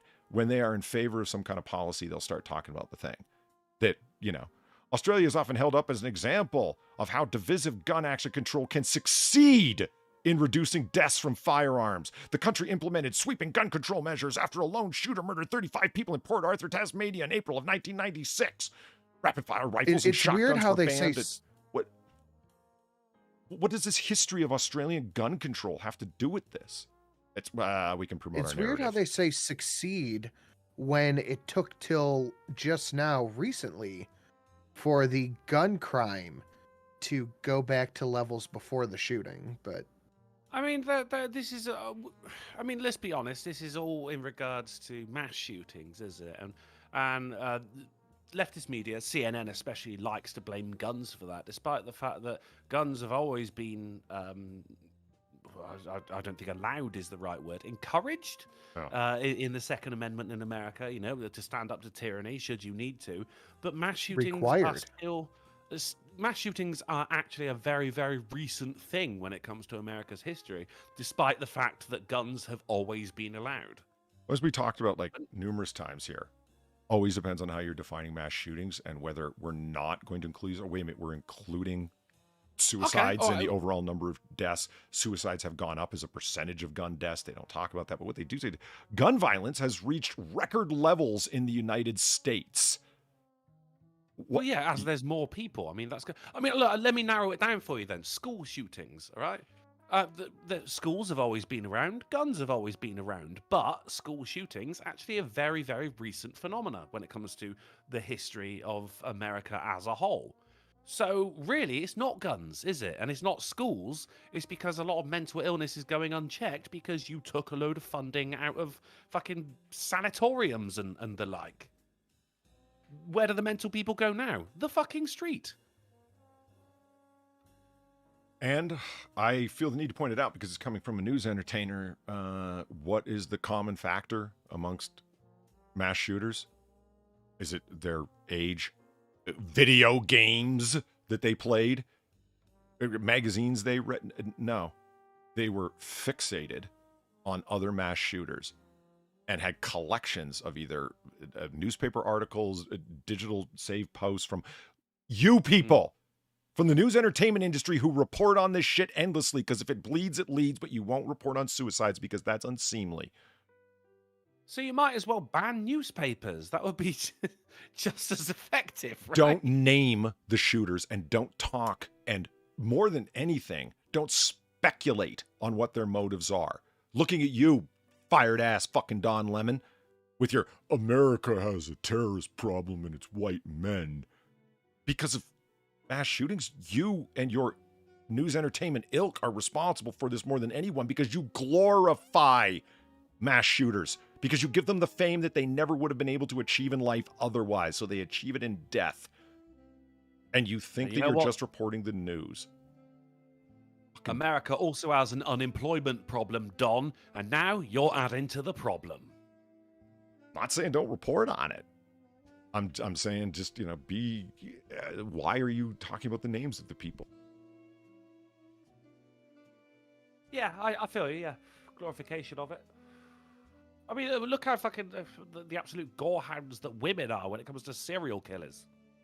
Oh my god. So, with that said, let's move on. Mexico finds tons of liquid meth in tequila bottles. Oh, cool. Liquid meth? Yeah, uh-huh. And I was... The band episode of Breaking Bad. Mexican Navy inspectors. I was surprised to find out they had them. Mexican Navy inspectors intercepted. I mean, look, you joke, but I genuinely didn't know that they had a navy. Right? I wasn't kidding. I thought most of Mexico's boats were already across the American border, to be honest. Yeah, it was a one-liner move on. I wasn't making shit up. I was legitimately surprised. And this first sentence is very surprising in a number of ways. It intercepted 11,520 tequila bottles bound for export that actually contain nearly 10 tons of concentrated liquid meth. Wow. Fuck. The discovery was made over the weekend at the Pacific coast of Manzanillo, the Navy said. The Mexican Navy said. I mean, what, like liquid? It said the bottles Liquid contained meth? approximately 8,640 kilograms, about 19,000 pounds of meth. How do you get? Do they just like take the bones of the meth and then turn it into a broth and bottle that up? Like what? Liquid meth? Well, it's a stock. Is it? Like, what do you do with it afterwards? Wait, what's the one made out of bones? Yeah, it's a stock. Yeah. What? Rap-a-pum like big drums.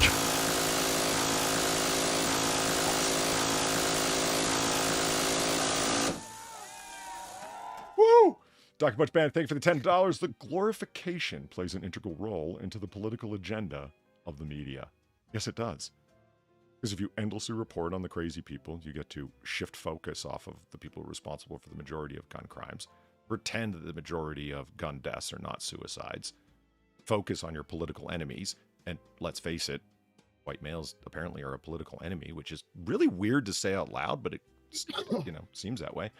And then, of course, gun control. And every one of these things could be instantly solved by whatever half-assed measure someone's coming up with that's going to reduce this stuff. So, there was a reduction in gun crime. As Cynic said in chat, no, it didn't at all. Well, CNN Travel said that it did. So we're just going to trust them. But anyway, photos of a seizure show a dog alerting inspectors to cardboard boxes of glass bottles full of a brownish liquid, consistent with the color of añejo, or aged tequila. The labels on the bottles were not visible. You didn't bother with labels? Oh, no, they weren't visible in the photograph. Okay, I see. That's lazy if you got... How much was it? No, they didn't go with the street value, but you got 11,500 bottles of fucking tequila. You didn't bother to... Or actually, methylela, whatever. And you didn't bother to put fake labels on them? Senor Tweak? Brand tequila? No, nothing. Okay. Mexico's the only producer. I like Senor Tweak. Can you not hear me? Is my mic not coming through? I did. I heard you right now when you said that, but not before. You could have some fun with that, couldn't you? Yep. Yeah. You'd have like a mustache man and a sombrero with no teeth. Get this: Mexico has become a major producer of meth. No. Really? They would never. No. And drug smugglers are frequently stopped at the border with liquid meth in their windshield wiper fluid or other containers in their cars.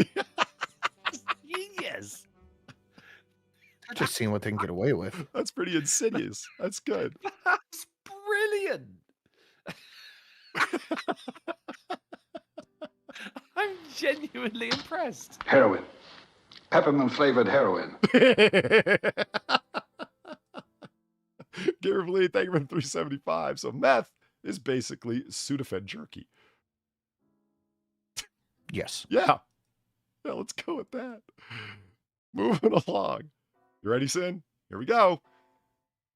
160,000 rounds of ammo stolen from Ohio Police Division.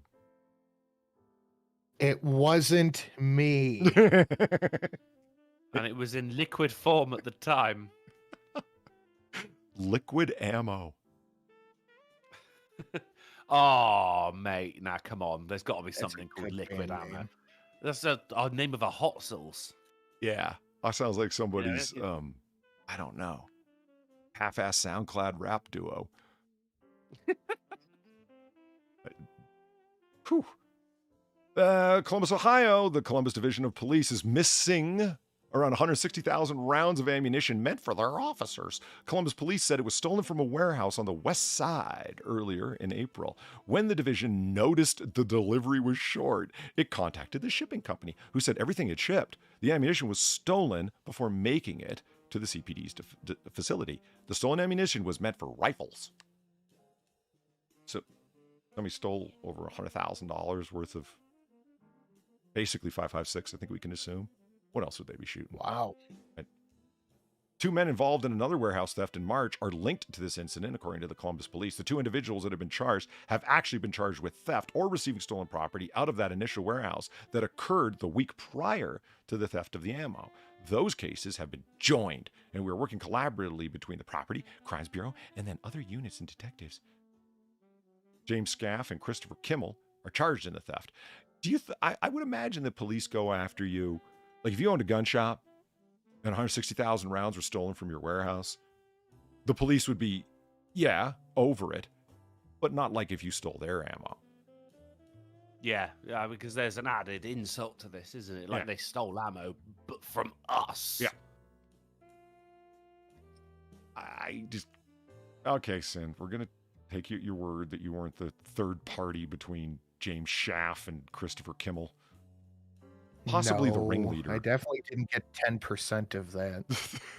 Of the ammo or the money? What do you think? You ever notice that when it comes to like ammunition and firearms and whatnot of theft of any of that sort, they never end up saying, and recovery of the merchandise or the items is a chief priority. But when it comes to no recovery, right? But when it comes to cash, they always make that claim. A priority is recovery of the money. It's what is easier to move than liquid cash? Liquid cash. They put it in tequila bottles and sent it over the border. You take a shot. Yeah. Now, speaking of Las Vegas and robberies and whatnot, this guy, $717,000 at some random, small-ass, barely noticeable casino that the only reason that they've got fucking one-armed bandits at all is because they're in Las Vegas. It's actually just a diner. I looked it up. What? He's got That's brilliant. on the fucking Wheel of Fortune, just got some fucking machines over in the corner. Bro man here hit it for over 700,000. Good for him. Yeah, man. So this is like a lottery winner basically in Las Vegas because you weren't meant to win ever. Yeah, at that place. And I would like to be the first to congratulate the IRS on their $500,000.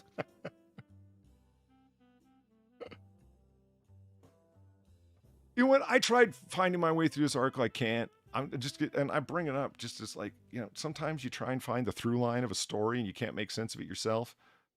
Man who's 27 years old who married a rag doll is left distraught when his wife falls ill and even calls the paramedics to treat her.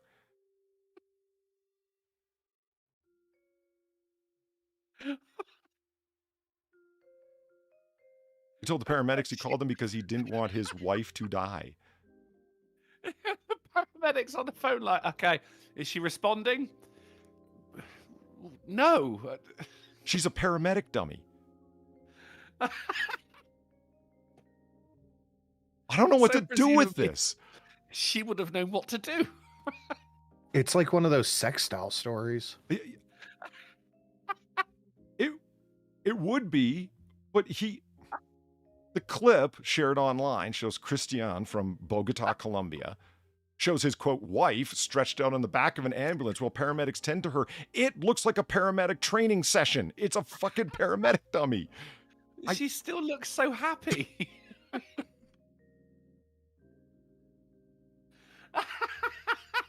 In the video, he could be heard saying she had a headache and fainted. I called you because I didn't want her to die. She is the mother of my daughter. Everything will be fine, my love. Whoa.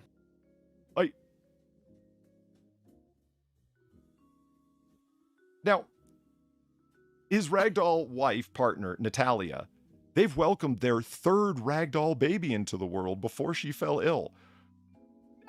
Do you think he goes shopping for the baby?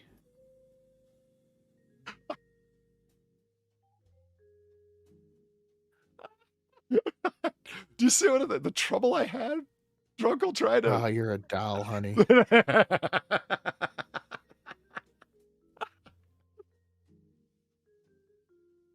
This was an episode of House, too, by the way. Darren Root says, daughter? And then Jamie Jam says, daughter? Third daughter, yes. And they keep saying ragdoll. That ain't a Raggedy Ann's a ragdoll. This is a paramedic dummy, guys.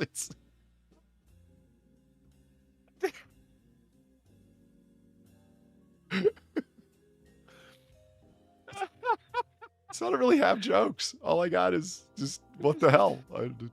Did you give it mouth to mouth? The- I don't know how to. Well, luckily, you can learn on this one.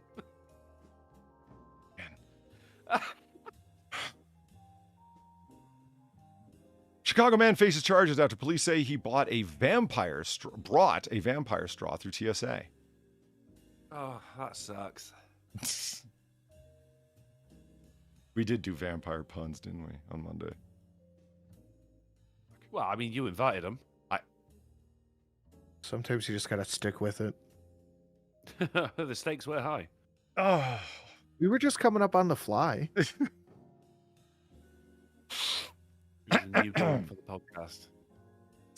26-year-old man is facing charges when police said he attempted to bring a self-defense item known as vampire straw through airport security. So you shank someone in the neck and the blood just squirt, squirt, squirt.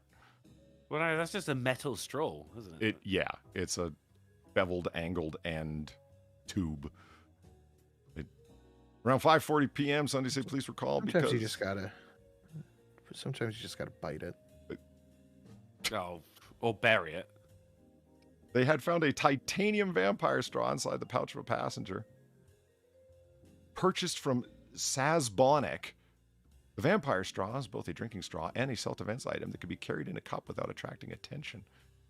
Designed for self-defense, vampire straw is super tough and long enough to be used like a dagger. Its chiseled tip is sharp enough to puncture through most synthetic materials, the website says. The vampire straw is also very effective as a tire deflator and can be carried in a cup without attracting attention.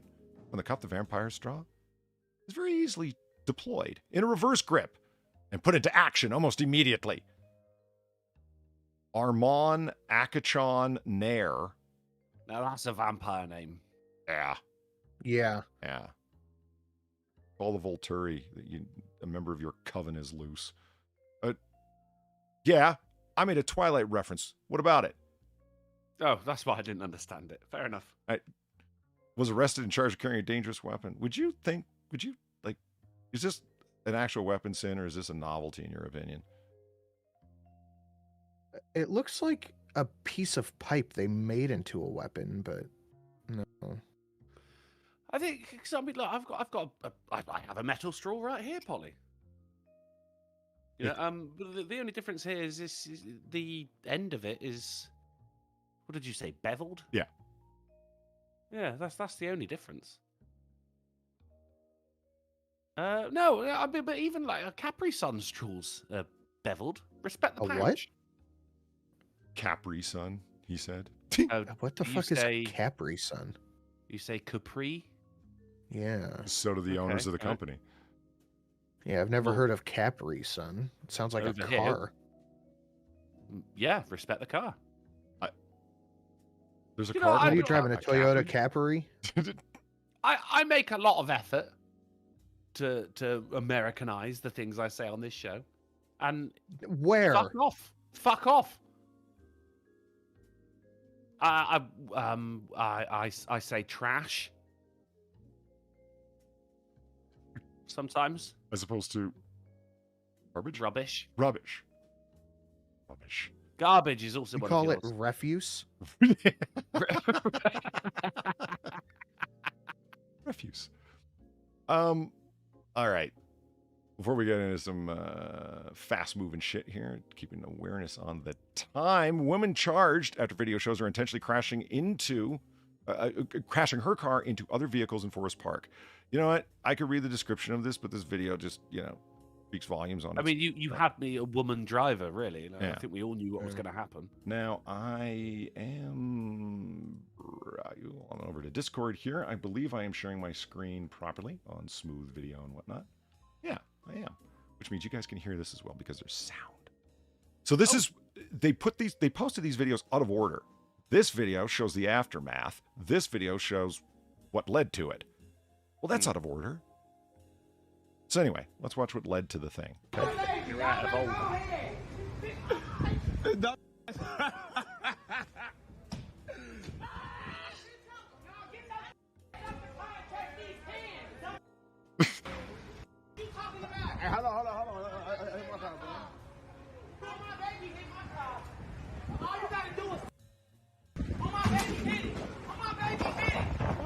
Mind things. They actually cut the volume when she dropped a few N-bombs in a row there. Oh, really? Yeah. Alright. That's why the volume suddenly dropped, because she's yelling at this woman in this SUV, and things are about to get really weird really fast. Fucking pantsuit and green hair like the little spermaid. What? Aquamarine and lard under gray go together well. Yeah, it's what I always wear to a job interview. So here she is yelling at the person in the SUV, right? Like, come on out, you done my baby daddy. She keeps yelling something about her baby daddy. And it's like, okay. Which one? I think they both know, so she doesn't need to specify. Hey, I did. Oh, my kid, DNA for the movie. DNA for the movie. DNA for the movie. So then she hit his dad. I'm gonna try Now, notice that the man walked up to the car with the door open. That'll become crucial in a minute because he's trying to talk to her. Now, is that his baby daddy? Is that like whatever? I don't think that's the baby daddy in question. I think that's just her man. He seems too sensible for that. Yes. So here we go. Wow.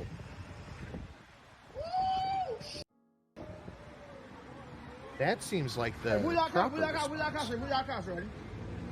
Now, before we move on to anything else, I want you to be aware that man was speaking English. Ulegale. Like that was, he's not a visitor to the country. He was speaking English. Let's hear it again. It made more sense than what she was saying. It did?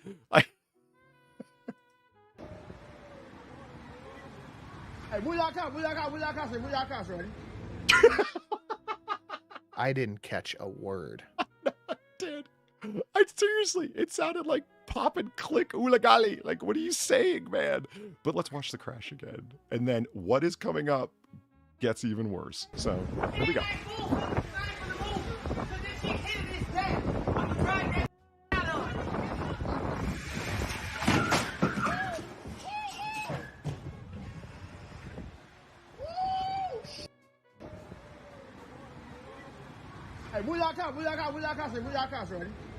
Wait for it.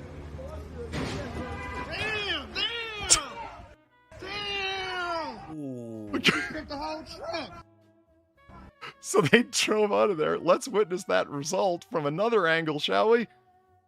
Oh, good. Yeah. There it is. And that's where the video, unfortunately, that's where the video starts, but you see the result. Nailed them so hard, actually fucking flipped. The wheel's still spinning. She's still trying to get away. And the window finally breaks, if you notice, the spitting of right glass everywhere. Yeah.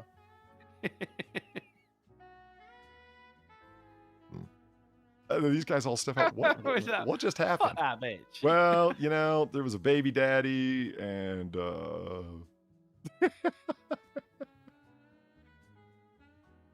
over what? That's not made clear. It's just that an altercation between grown adults at a gas station led to that.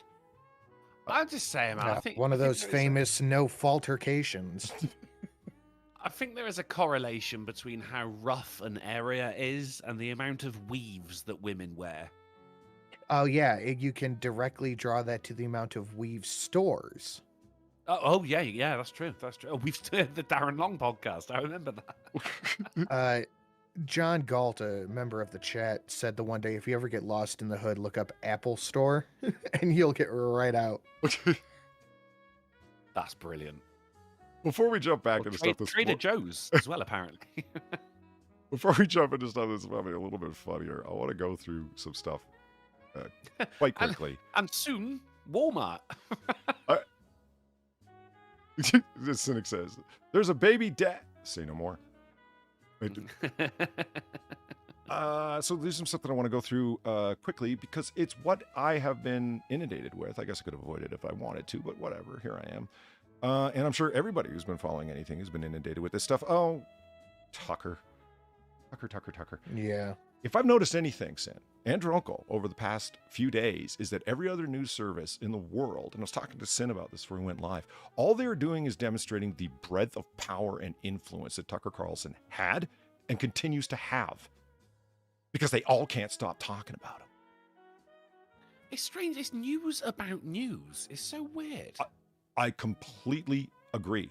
It is, the story has become the anchors and the fights between anchors and what some anchors say about other anchors.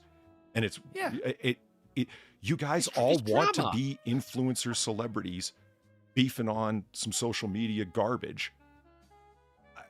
It's social media garbage, basically. But they're doing it on network and cable news programs, as if we want to hear what an anchor at CNN thinks about Fox. Let me guess, you don't like them. And all I hear is all of them. I'm shocked. Yeah. And of course, they're all focused on Tucker. Do you really think that the man's a racist and a bigot and a white supremacist and a sexist? No, it's his ratings that draw you there more than anything. It's the influence that he has more than anything. It's the fact that he got the January 6th tapes because of the influence he has more than anything. In my opinion. This is all just my opinion. It's fucking drama. I'm expecting Keemstar to come up and be like, well, what did Tucker say about this? The news story that came out today, it's tough to organize this into any kind of chronological or thematic setting. I tried my best to do it. We'll see how this goes. But coming out just today is this. Fox has a secret Oppo file to keep Tucker Carlson in check, sources say. This is an exclusive from all things Rolling Stone. What the hell is Rolling Stone doing with an exclusive? 8 sources tell Rolling Stone that the network's top brass has been stockpiling information on the departure of the primetime host. Because they haven't actually severed his contract. He's still under his NDA agreements. He's still under his non-compete clauses of his contract. And that is not guesswork. What is not guesswork is his contract hasn't been actually severed yet. He obtained Brian Schiffstein? Cranston. No, Megyn Kelly's lawyer. Blessed. Megyn Kelly's lawyer, who secured that incredible settlement deal and separation deal from NBC when she left with her entire contract, including all of the bonuses paid out as if she had worked the full term of the contract when she had barely gotten started. Usually you have to go through the legal rigmarole to do it, but yeah, you have to sue to get the rest of your contract money. Yeah. Which they will pay, but they're going to make you work for it. And to make sure that it doesn't get ugly as possible, they put together an Oppo file and leaked it to, of all people, Rolling Stone, to say, Tucker, don't get any ideas. Basically, in my opinion. When Fox News announced his departure, the network said that it was amicable. But Brian Friedman, thank you. Who Don Lemon also secured as a lawyer to help deal with his CNN separation. Really? Tucker Carlson and Don Lemon have the same lawyer representing their contractual dealings after their firings? What? Okay. Weird times.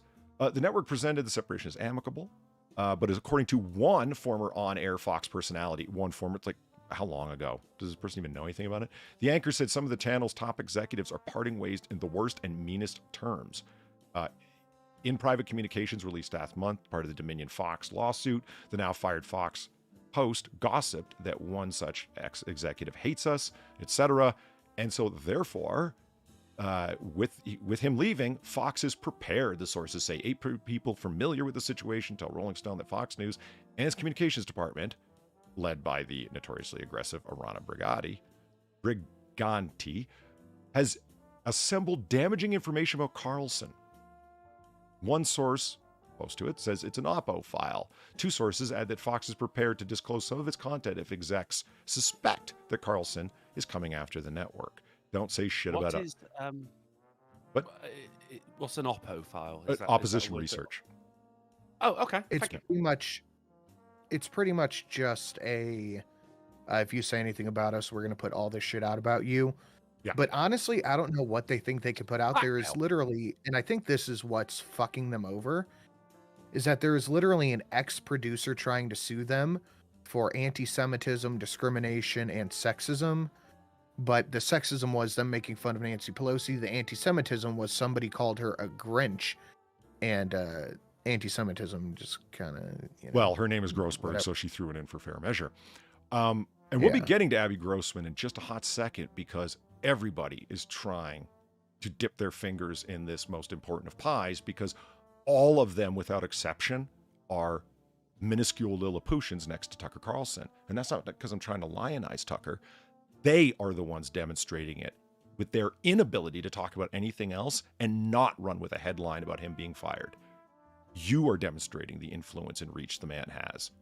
It's not me saying it, it's you demonstrating it, in my opinion. The suing that you talked about from Abby Grossman is referenced right here. The file includes internal complaints regarding workplace conduct, disparaging comments about management and colleagues, and allegations. The workplace conduct is because they called Sidney Powell a cunt. Yep. But also comments apparently made at her, as Abby Grossman comments, Grossberg, not Grossman, Grossberg, that were made at her. It hasn't even been demonstrated that Tucker Carlson ever met her. She worked for him for 1 month. Yeah, they didn't even work in the same state. She was used to be a talent booker for Tucker Carlson for 1 month, and actually worked for Maria what's-her-name, I found out, not Tucker Carlson's team. So why does everyone not mention just how short of a term she had there? Why do so few sources mention that she started 2 lawsuits against Fox and Carlson personally, and then she was fired? Really? You sue the shit out of your company for being like a horrible work environment and sexist and bigots and every other thing under the sun, and for manipulating her into testifying in such a way during the Dominion deposition that she gave? And they fired you. That's shocking. And allegations that the now former primetime host created a toxic work environment, 3 of the sources say. So yeah, it's like we were just talking about. It's in case you leave, don't get any ideas, because we will drop a bunch of information that would be really helpful to Abby Grossberg in her suit with you, amongst a whole bunch of other things that would make you look really bad. This is news dropping, like leaking to the press to threaten your enemies in the slimiest way possible. And Rolling Stone's all too happy to be a part of it. I have a feeling that this is going to backfire terribly. I think, well, yeah, I think so as well. We'll just hold on to what I think for a second as best I can to run through this. Everyone's hot take on explaining why Tucker got fired. Because they all know. They all have an inside source. But all of their explanations are different. Huh? Well, they just got to weigh in. Just further demonstrating how, 1, it's all about who gets to publication first. Fuck facts. Nick Sandman, anyone? You know, what does it matter? Just get out there with a story and claim that it's authoritative, and talk about the hottest thing going. Thank you for all you demonstrating just the influence and free rent that Tucker has in your mind. Vanity Fair's take. Tucker Carlson's prayer talk may have led to Fox News ouster. That stuff freaks Rupert, as in Rupert Murdoch, owner of News Corp and thus Fox News. It freaks Rupert out. Fox News Corp head Robert Murdoch is said to have balked at Tucker Carlson's remarks on a Friday night speech. This would be at the Heritage Foundation in their 50th anniversary dinner, driving another theory about the Prime Star's abrupt exit. He doesn't like all that spiritual talk, said a source. A source to you? Who are you? Gabriel Sherman. Well, in case you don't know who this guy is, this is him, Gabriel Sherman. He wrote a book called The Loudest Voice in the Room, How the Brilliant, Bombastic Roger Ailes Built Fox News and Divided a Country. So he's the single greatest expert on all things Fox. Really, what does he do for a living? Well, he's a writer for the New York Observer, the New York Magazine. He went to Columbia Business School, and he's a regular contributor at NBC and MSNBC. Oh. So you're also a regular contributor and one-time editor over at Vanity Fair, and you write this story. Oh, it's because of the prayer talk. We're going to jump right into the prayer talk real quick. Here it is. This is the talk that he gave at the Heritage Foundation, okay? What I'm going to do before anything is pop this link into chat, because if you want something real entertaining, like just because it's a great speech, watch it. Strongly recommended. There's the link right there. 2 quick clips from it. This was Friday night before his Monday firing. Great stuff. I'm not mad at people. I'm just sad. I'm disappointed. How could you go along with this? You know it's not true, but you're saying it anyway? Really? You're putting your pronouns in your email? You're ridiculous. You know, but no one else thinks it's ridiculous. Hold on, reloading. Oh no, there's the pronouns in the email. What does that even mean? What does it even mean? You're saying things you can't define. LBGTQIA plus? Who's the plus? The plus is invited on my show anytime. Find a plus and I'll interview him. What's it like to be a plus? Am I a plus? I'm serious. I feel like I'm an addition. Does that make me a plus? No one even knows what it is. So much of and the whole stand-up society, comedy. LGBTQIA plus. Yeah. All right. What's the plus? Oh, shut up, racist. It does smack of stand-up comedy. I was watching Megyn Kelly's show. I was watching Megyn Kelly's show with, and she was interviewing somebody who is the editor of Heritage, the Heritage Group's publication, their quarterly publication, and he was there that night, the previous Friday, and he said it was one of the best after-dinner talks we've ever had. Not only was it entertaining, it was salient. In other words, all the reasons why Tucker reached the popularity that he did. And you can see it, like he's cracking jokes, but it's on topic, if you know what I mean. Yeah. He's a unicorn. He's very good at what he does. And this is not me trying to lionize or lead to a Tucker apotheosis. They are demonstrating that he is this man through their endless coverage of him. But what the hell was the guy from Vanity Fair, Sherman, attempting to say with all that prayer talk? He's never interviewed Rupert Murdoch.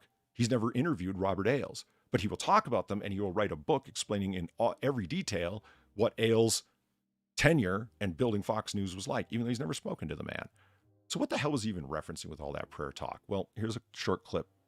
This kind of gets into it. And that's kind of the point I'm making. None of this makes sense in conventional political terms. When people or crowds of people, or the largest crowd of people at all, which is the federal government, the largest human organization in human history, decide that the goal is to destroy things, destruction for its own sake. Hey, let's tear it down. What you're watching is not a political movement, it's evil. So if you want to assess, and I'll put it in and I'll stop with this. I'll put it in non-political, or non-specific theological terms, and just say, if you want to know what's evil and what's good, what are the characteristics of those? And by the way, as it really, I think the Athenians would have agreed with this. This is not necessarily just a Christian notion. This is kind of a, I would say, widely agreed upon understanding of good and evil. What are its products? What do these two conditions produce? Well, I mean, good is characterized by order, calmness, tranquility, peace, whatever you want to call it, lack of conflict, cleanliness. This is ugly. Cleanliness is next to godliness. It's true, it is. And evil is characterized by their opposites: violence, hate, disorder, division, disorganization, and filth. So Democrat-run cities. Yeah. Yes. Yeah, it's an interesting position he takes. He goes, and when you have policies that result in the latter, not the former, those policies can be considered not evil in and of themselves, but to produce evil. By his reckoning. Now, one can agree with it or disagree with it, but he's laying out an understanding of things, a way to assess things. And at the end, why is it called the prayer talk? Because he said, he's talking to the Heritage Foundation. There's a lot of people of faith in that room. And he says, what can one do? And it furthers the argument. He says, recognize what evil is, and that somebody may not be intentionally believing that something is evil. It's because they don't understand what evil looks like. As he laid out, this is what evil looks like, okay? And this is what good looks like. They're producing policies or pushing policies that result in that. And it's time to understand it in that fashion. These things cannot be understood in a political context, as he stated. So what can you do? Well, that's the thing, is these people don't want to understand. They just want to win. And it doesn't matter how. They just want win. Yeah, I would agree. And he says one of the things that you can do is 10 minutes of prayer for the future of the country. It can't hurt. As a matter of fact, as people of faith, how could you think otherwise? Well, this is a group of people who believe in something called the power of prayer. And they say thoughts and prayers for a reason, because it matters. It has an effect. It's a thing. That is somehow creepy, weird, and prayer talk that Rupert Murdoch, because somebody told Sherman, this guy, that was the case. The expert from MSNBC and a left-wing elitist, or left coast elitist, that it was that way. Really? Okay, whatever. Look, honestly, it's just a really entertaining speech and it's worth watching. There she is. Grossberg, or whatever. Listen to the way that she starts this statement, because it's just priceless. Obviously, I'm at the center of a lot of this, and she's talking about Tucker Carlson being fired, and she just declared herself to be basically at the center of a lot of this. Tucker Carlson fired, women most affected. Yes. And absolutely is willing to say that out loud with a straight face. I'm at the center of this. And it's like, okay, how so? She doesn't clarify. She just makes it sound like she is. Former Fox News producer says Tucker Carlson made her life a living hell.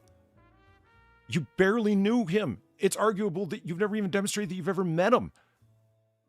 Like Sin said, it was seeing a Nancy Pelosi joke picture of her in a bikini on computer screens as wallpapers that she found to be the sexism.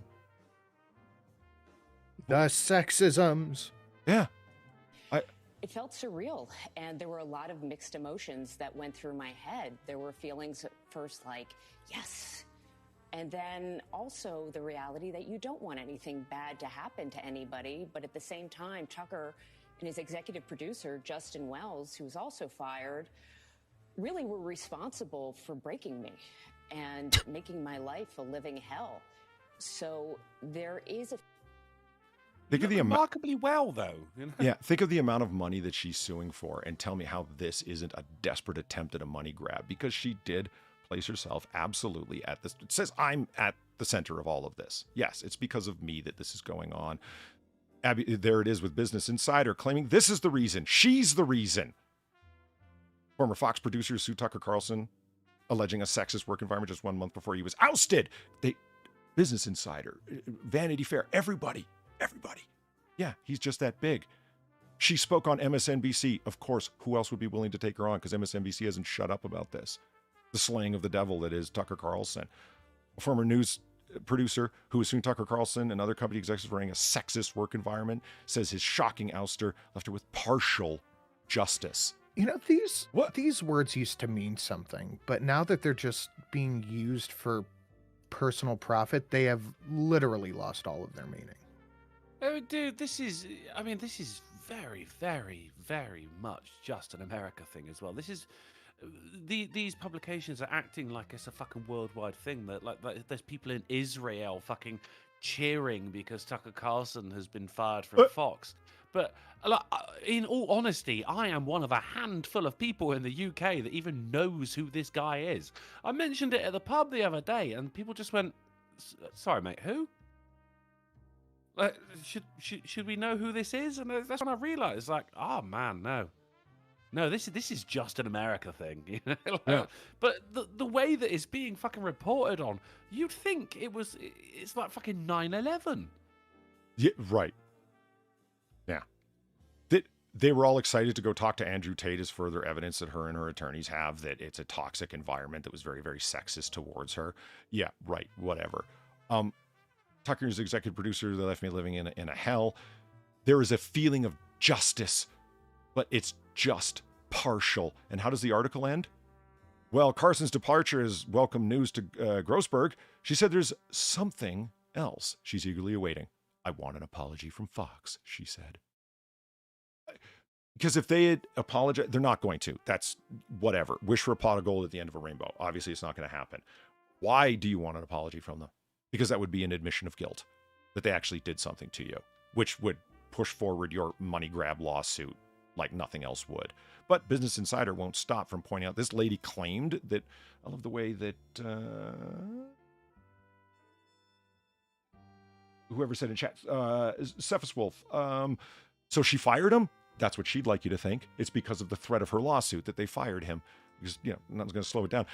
Business Insider also positing that Donald Trump has no hope if Tucker Carlson runs for office. What the fuck are you talking about? When did Tucker declare his candidacy? That's true, but... What has it got to do with anything?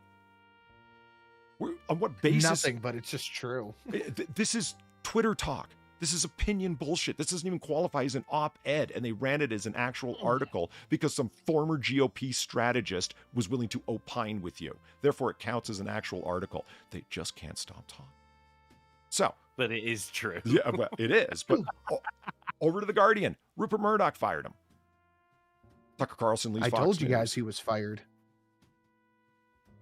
Yeah. Well, yes. The Tucker Carlson is out at Fox News after Dominion lawsuit disclosures. The Washington Post here. They claimed, the bombastic conservative, it was his private communications that came out during the Dominion lawsuit that resulted in him being fired. Okay. Mr. Luva. They call me Mr. Boombastic. Very fantastic. Fox News. Mr. Rowe. Over on the Wall Street Journal, Fox News, Very ousted nice, Tucker Sid. Carlson. Very nice. That was great. What do they claim it was? Fox takes issue with the host's private remarks that were derogatory towards colleagues. So it was, you agree, with the Washington Post, this. It was his comments that he made that came to light during... I am officially putting forward a movement amongst viewers of the AAA. We have to be as derogatory as possible to journalists. So we'll all get fired from our job and then can sue them. Nice. I don't Sexists. see me getting fired from cleaning toilets. I'm in one of those jobs where people don't give a fuck. When it comes over to this, they repeat basically the same article over again. Tucker Carlson's I hate that photo. Jesus Christ. yeah, gee, what do you think they're getting at here? Yeah, Staged. absolutely. This is like Getty MAGA, you know. The only time they didn't want diversity. Yeah. Ha! Carlson's vulgar, offensive messages about colleagues helped seal his fate. He used the C word. Yeah, Sidney Powell was a cunt. We all know it. She was Yeah. a stupid old cunt. I don't think anything. She deserves to get fucking called a cunt every second of every day. Cunt, cunt, cunt face. I thought the C word was communism. And Commie face. both those articles push the same idea that it was Rupert Murdoch was not the person who made the decision, like The Guardian is saying. They're saying Rupert Murdoch, or the Murdochs, plural, is including his 4 children, they were at the center of it. They name him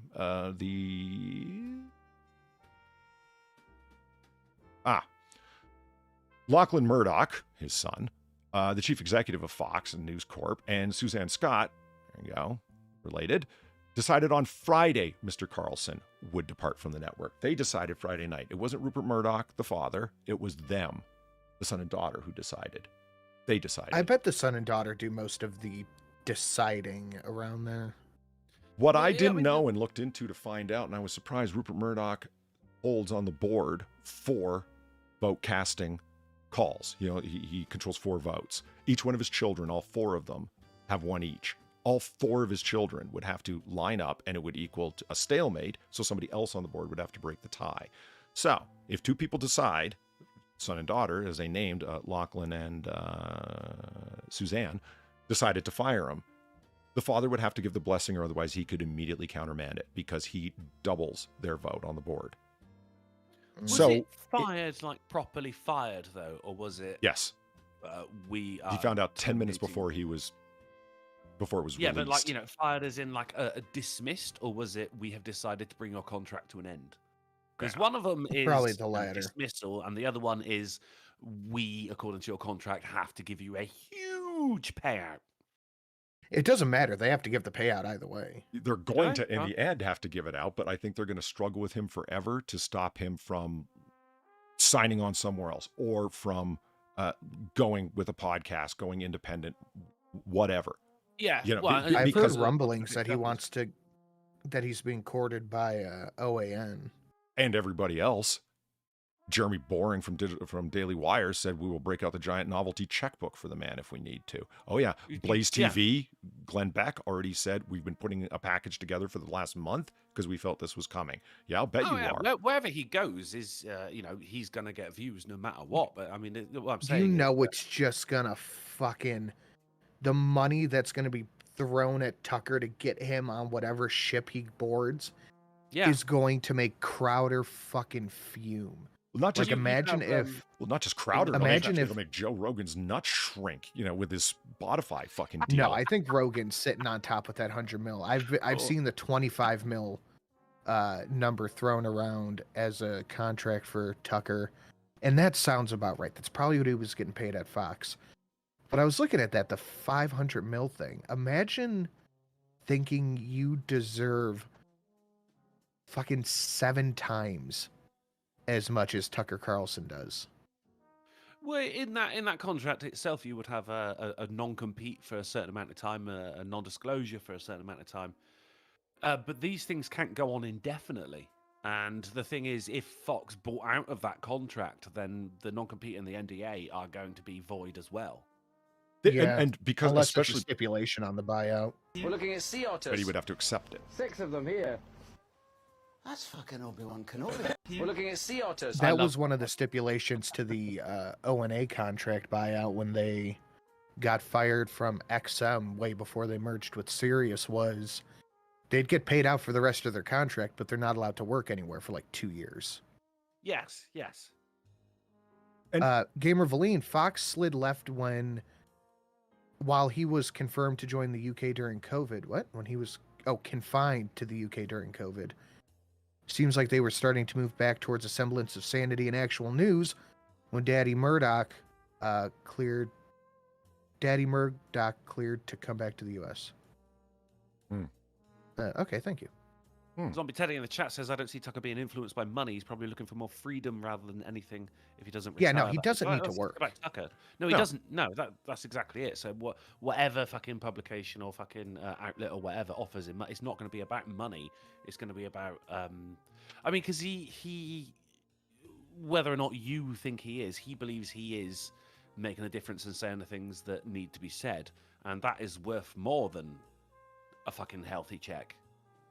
Someone in the chat said, what about them blacklisting Carlson? It literally would never hold. Yeah. It cannot hold.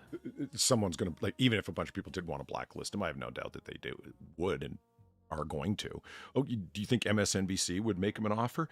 If they actually thought he would go over there, the ratings juggernaut that he is, yeah, I'd be willing to bet. CNN would offer him everything that they fucking have, including all their firstborn children. But that's all speculation. Dude, he was pulling more Democrat viewers than Rachel Maddow was. It's true. And that what do they call it? The advertising range from 18 to 35 is peak advertising. In the Democratic people who identify as Democrats in that peak advertising group, yeah, Carlson, that's crazy, right? Was pulling more fucking viewers overall than Rachel Maddow was. But she only does one show a week now anyway. Should have seen her fucking smug bullshit on this, comparing them to, oh God, everybody and anybody under the fucking sun who was evil that had been in broadcasting that she thought of as evil anyway. But all of that speculation is interesting. It's interesting to enter into. But I think that the point, and the one that I'm trying to make here, is that we're not news entertainers, and we certainly don't advertise ourselves as journalists. But all of them are engaged in the speculation that we are.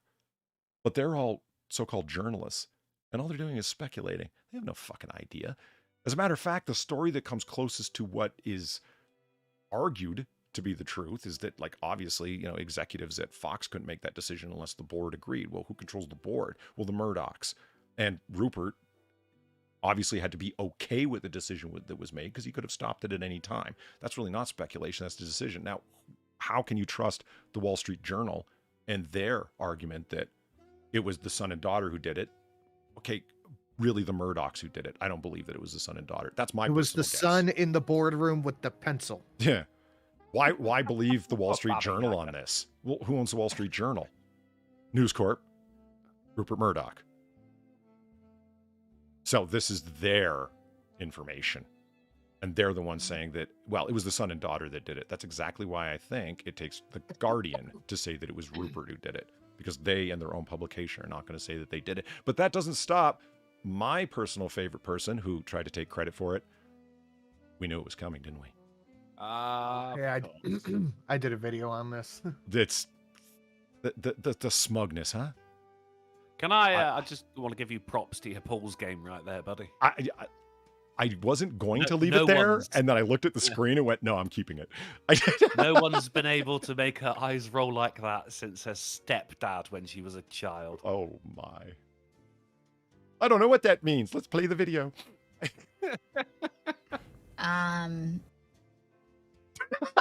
Oh, it sums it all up, doesn't it?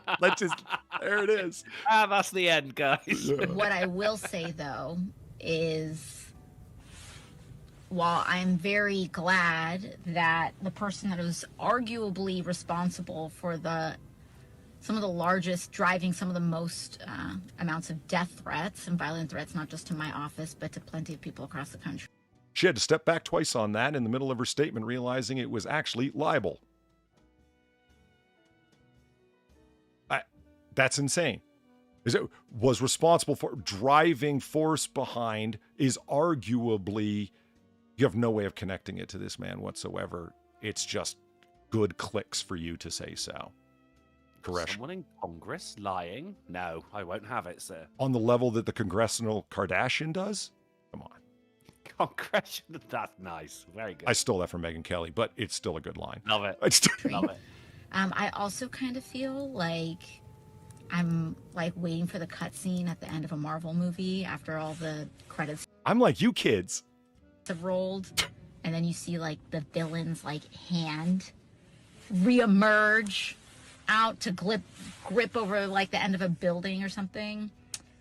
But deplatforming works, and it is important. And there you go. Look at the pursed duck lips and the eyes, the smugness. Deplatforming works. There's no cancel culture, though, guys. Remember that. It's a myth from the far right. Cancel culture doesn't exist. Now, deplatforming works. Let's get out there and deplatform everyone who says things that we don't agree with. And just another guy's right. Okay, slander, not libel, because slander is spoken, libel is published. Fair enough. I don't think it actually, I meant to really say either. It's more like actionable is what I was getting at. In one way or another, that you can't verify that. So that's why you say things like arguably, allegedly. One can imagine a situation whereby he was the driving force. She actually claimed him to be responsible and then put arguably in front of it because you can't even justify that. There isn't a single person that isn't trying to claim that they have the superior knowledge or are the reason for Carlson getting fired. What are all of you doing other than demonstrating the sheer unicorn level of influence that this man has? It's not even deplatforming, though, is it? He's just, let's be honest, he's between jobs at the moment. Considering the amount of people who are already writing blank checks just to get him to sign up. Yeah. Hey, fuck you, man! Dear Eveline, thank you for the 850. They talk about Tucker being so evil, yet they forget that asshole, Bill O'Reilly. That man was a fucking asshole and started many arguments between my dad and I, despite our similar views. Yeah, and Fox News has not had to pay out tens of millions of dollars in settlements for various sexual harassment suits over years, as they did with O'Reilly, before they eventually fired his ass. But yet, Carlson's the sexist one. And but it's not. I'm sorry. I just want to say, as a quick one, like over at MSNBC, as Dave Rubin calls them, the televised mental institution. I'm not even gonna start showing clips. I won't show view clips. They're having parties. They're celebrating. They're saying the man who created the most racist program ever on news, never mind cable news, has finally been ousted. He was responsible for driving more hate. Joy Reid actually called him homophobic. Joy Reid, have you found the people that hacked your account from back in the day to plant those blog articles that you didn't write about the gay agenda wanting to burn down churches? Heavens no. Maybe her and OJ can team up to find the real killers and the true hackers. You've got to be kidding me how the fuck she was able to move on from that. Well, it really depends on your politics, I would offer. Just Akira says... Go ahead. No, go ahead. I'm sorry. No, go ahead. Akira says deplatforming works coming from the person that calls people like Tucker fascist. That's the thing. I mean, deplatforming works. I mean, AOC right here would love to have just one party that you can vote for. Yet everyone else is a fucking fascist. This is like I said in my video. It is Sorry. This isn't even deplatforming. The amount of fucking blank checks that are being written from fucking corporation to fucking media outlet just to get Tucker Carlson to say, yes, I will join you, and we don't even know what we want you to do yet. We just want to say we've got him. This isn't deplatforming. This is replatforming. This is Super Mario in mid-jump right now. And everyone thinks you've won. That was it. That was all I wanted to say. The last thing is, like I said, it is all about speculation. To me, the more interesting thing, because so little is known and verifiably understood, is the difference in this is why it happened. And obviously self-interested people claiming, and I'm a key factor as to why it happened, be it AOC or be it Abby Gross, who's suing them. Oh, I'm basically at the center of all this, and I've received some justification, but not enough money though, right? Not any money yet. That's what'll really make you feel better. They're either at the center of it or have the hot story covering it. Vanity Fair, people who wrote books on Roger Ailes, and have no connection to this particular story, but they're the MSNBC expert on these things. So let's listen to this guy give the authoritative opinion. This is news entertainment gone full retard. That's what I'm enjoying about it or noticing about it. It's news programs talking about other news programs. The anchors have become the story. And these guys aren't. These people aren't divas. They're not. The news makes the news. Awful. Nauseating. I hate it. You know what really got me as well is you're not sharing the screen with the chat, but when Polly started talking there, he said, this is why it happens. But then on our screen, the spam sushi came up again. And I was like, I don't see how the spam sushi is connected here, sir. Spam sushi in an unlikely manner led to the ouster. Oh, I didn't. Like Franz Ferdinand with World War I, the spooshie led to Fox News losing value. The one, boom. I forgot to talk about this, and because I do so despise purple prose and people that know some words, so let me throw them around. And I'm talking again about Gabriel Sherman, the man who knows Fox News like no one else, even though he's never talked to the people that he's writing books about. What does that matter? He starts his article with this: 24 hours after Fox News ousted its highest-rated host, the network has yet to explain one of the most shocking defenestrations in cable news history. Defenestrations? You Ponzi. Yeah. I don't need a thesaurus. It's all up here. Ugh, what a douche. Yeah, you fucking D-bag. I got nothing. When I read that, I was like, man, people are going to have to go look that up, and you know it, and it just makes you feel so fucking proud. I happen to know from a Sherlock Holmes pastiche what the hell defenestration means, so fuck you. But you're an asshole and a douchebag, none the fucking less. Jerk off. Yeah. So the sushi. It's the real culprit here. Tell you what, why don't we, I do have other news stories. Oh, you know what? I want to do one quick space thing. There was the special eclipse that happened in Western Australia over the weekend. Look at that. Isn't that cool? No? Oh, Okay, that is a thing of beauty. Yeah. Like when it hit full whatever you want to call it. I don't really know what the name is, but that's amazing. Eclipsification? Yeah. I mean, that is so sweet to realize I know that's exactly what it is, but it's something to see. That is the moon in front of the sun. And it's like, that's so cool. It's mental though, is it? Because presumably you got like the before and after above and below it right there. And then but the central bit when it hits perfect. Yeah. It's just as bright as the sun. You can tell why people freaked out about this before we knew what it was. You know? Because this looks like the end of the goddamn world. It's like fucking people. We didn't even have Lord of the Rings, and yet they're still going fuck Sauron. Did Far send me pictures of it? No, I asked her if she was going to go out there for it, and like if you watch the banding, here's where you have to be to see it. If you know what I mean, it will travel over this part of the continent of Australia. Yeah, it was pretty goddamn far. Like you'd have to be up in the middle of nowhere. Worth it, huh? To see this with the clearly somebody went there with the naked eye. I mean, there's the speculation about if aliens were to visit Earth, it would be to see an eclipse, because it's so rare throughout the known universe that this shit happens, because it's the perfect distance for a total, the moon between the sun and the earth between the moon. That's some AAA level smartassery, Buckarts. It's AOC done this.